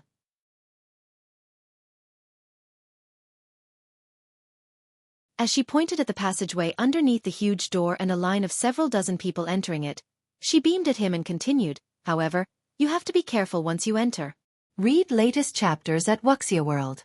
EU, is there something special about it?" Feng asked, confused. "You'll understand once you go in," Xueqi said, her smile growing even brighter when she saw the confusion on Feng's face. "However, you'd best be mentally prepared.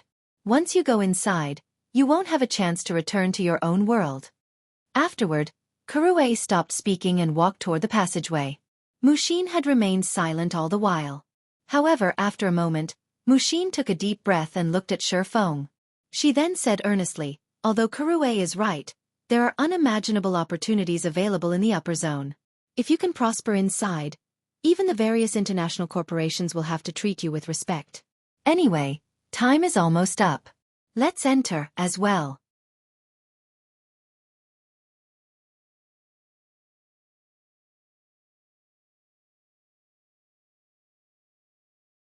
Chapter 2740. Mental Path. Xuefeng also deeply agreed with Muxin's reminder. In fact, he had a much better understanding than Muxin and Kurue did of how special and different the upper zone was, compared to the outside world. In his previous life, aside from the various powers of God's domain, any expert that successfully reached Tier 5 would, for some reason, yearn to enter the upper zone. Their yearning could even be described as fanaticism. That kind of fanaticism wasn't something Muxin and Kurue could understand. Back then, those people were truly willing to risk their lives to enter the upper zone. Extending one's lifespan by living in the upper zone was indeed a very tempting matter. In fact, it was something even the various major corporations would fight desperately to obtain.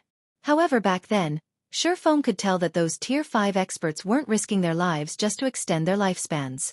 Instead, it was as if something in the upper zone was attracting experts of such caliber. Thus, many Tier 5 experts and even Tier 6 God-ranked experts in God's domain had abruptly gone missing, their fate unknown. One of the most well-known people among those who disappeared was Violet Cloud.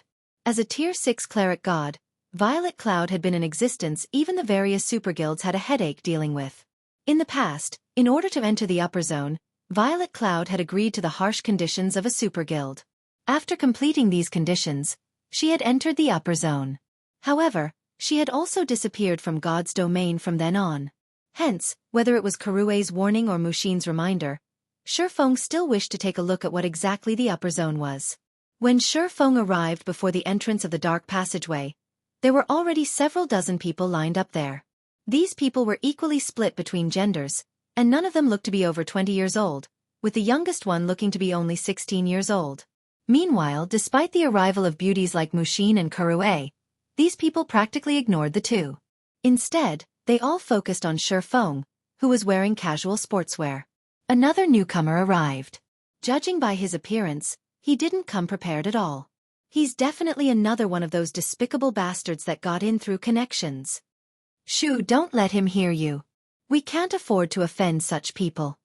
When Xuefeng overheard the conversation of the teenage boys and girls with his sharp senses, he was rather baffled. Meanwhile, Kurue, who stood beside Xuefeng, nearly laughed at his situation but managed to restrain herself in the end. However, her lips still formed a shallow arc. You don't need to mind them, Muxin said to Xuefeng as she glanced at the teenagers. They're here to participate in the assessment for entering the upper zone. Assessment for entering the upper zone? Xuefeng was slightly surprised.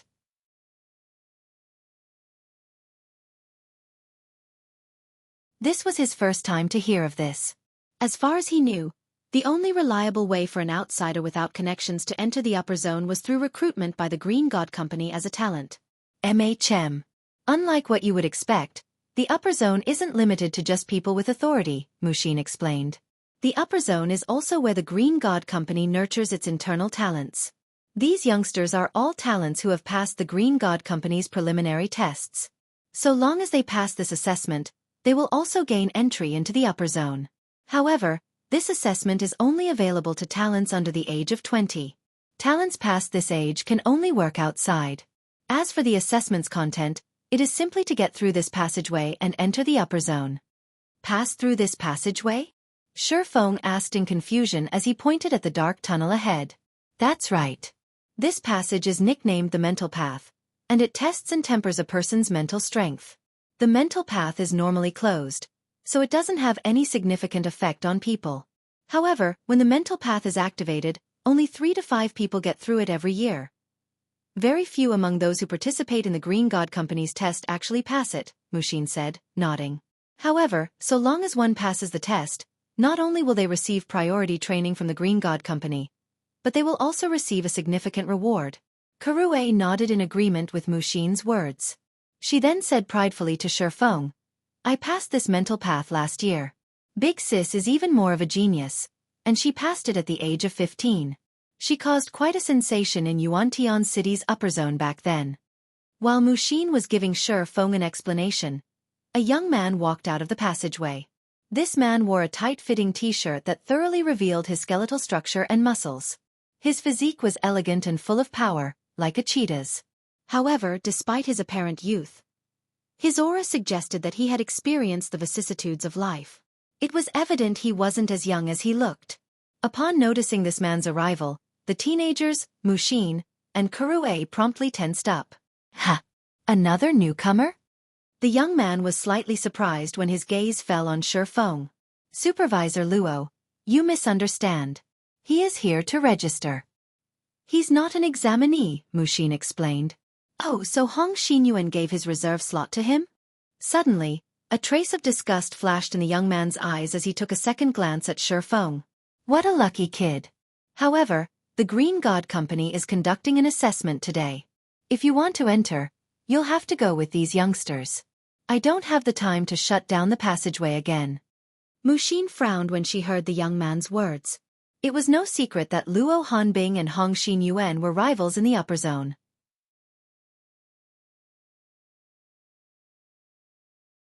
However, she never thought that Luo Hanbing would use this opportunity to publicly retaliate against Hong Xinyuan. One needed to make an appointment to register with the upper zone. Normally, waiting several months for an appointment wouldn't be strange. This time, it was only thanks to Hong Xinyuan's connections that Xueqi could get registered so soon. However, if he didn't register today, he would have to wait for several months for another opportunity to do so. Meanwhile, those unregistered with the upper zone wouldn't be able to live there. Supervisor Luo. He is someone with a reserve slot. He has the right to freely enter the upper zone. Mushin said in a low tone to express her dissatisfaction.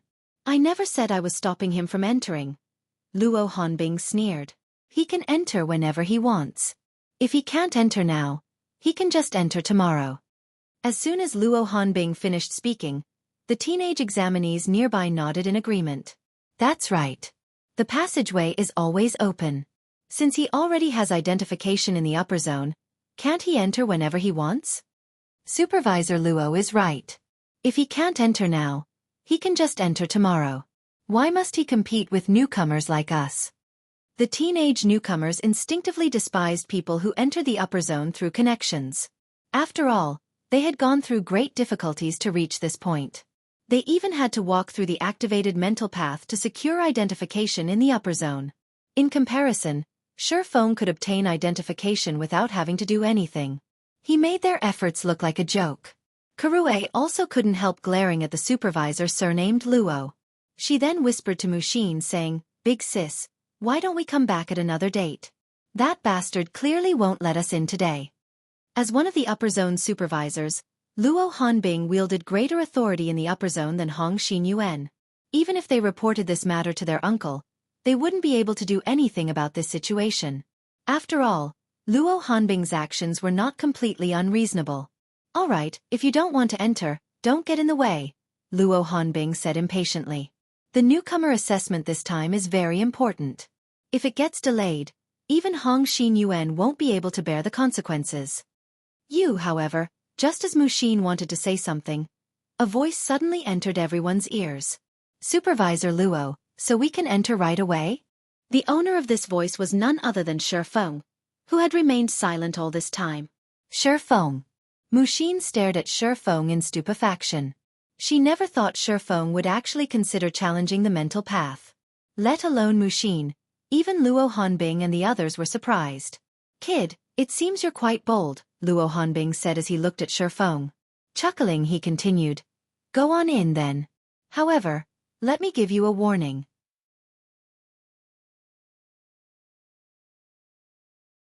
You're not an examinee, so even if you lose consciousness inside, nobody will come to rescue you. If you stay inside for too long, it wouldn't be strange if you end up hospitalized for a few months. Don't mess around, Xueqi. The mental path has a limit. It's several times more difficult for those over the age of 20. This is why the Green God Company has set the assessment's age limit at below 20 years old, Mushin said hurriedly.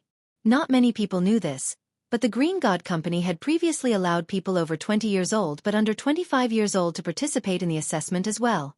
However, not a single person from this age group had managed to pass the assessment.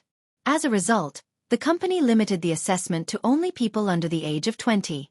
Meanwhile, Luo Hanbing also knew this point, which was why he was certain they wouldn't be able to enter the upper zone today. Relax. If it doesn't work out, I'll give up and come back immediately, Xuefeng assured, chuckling.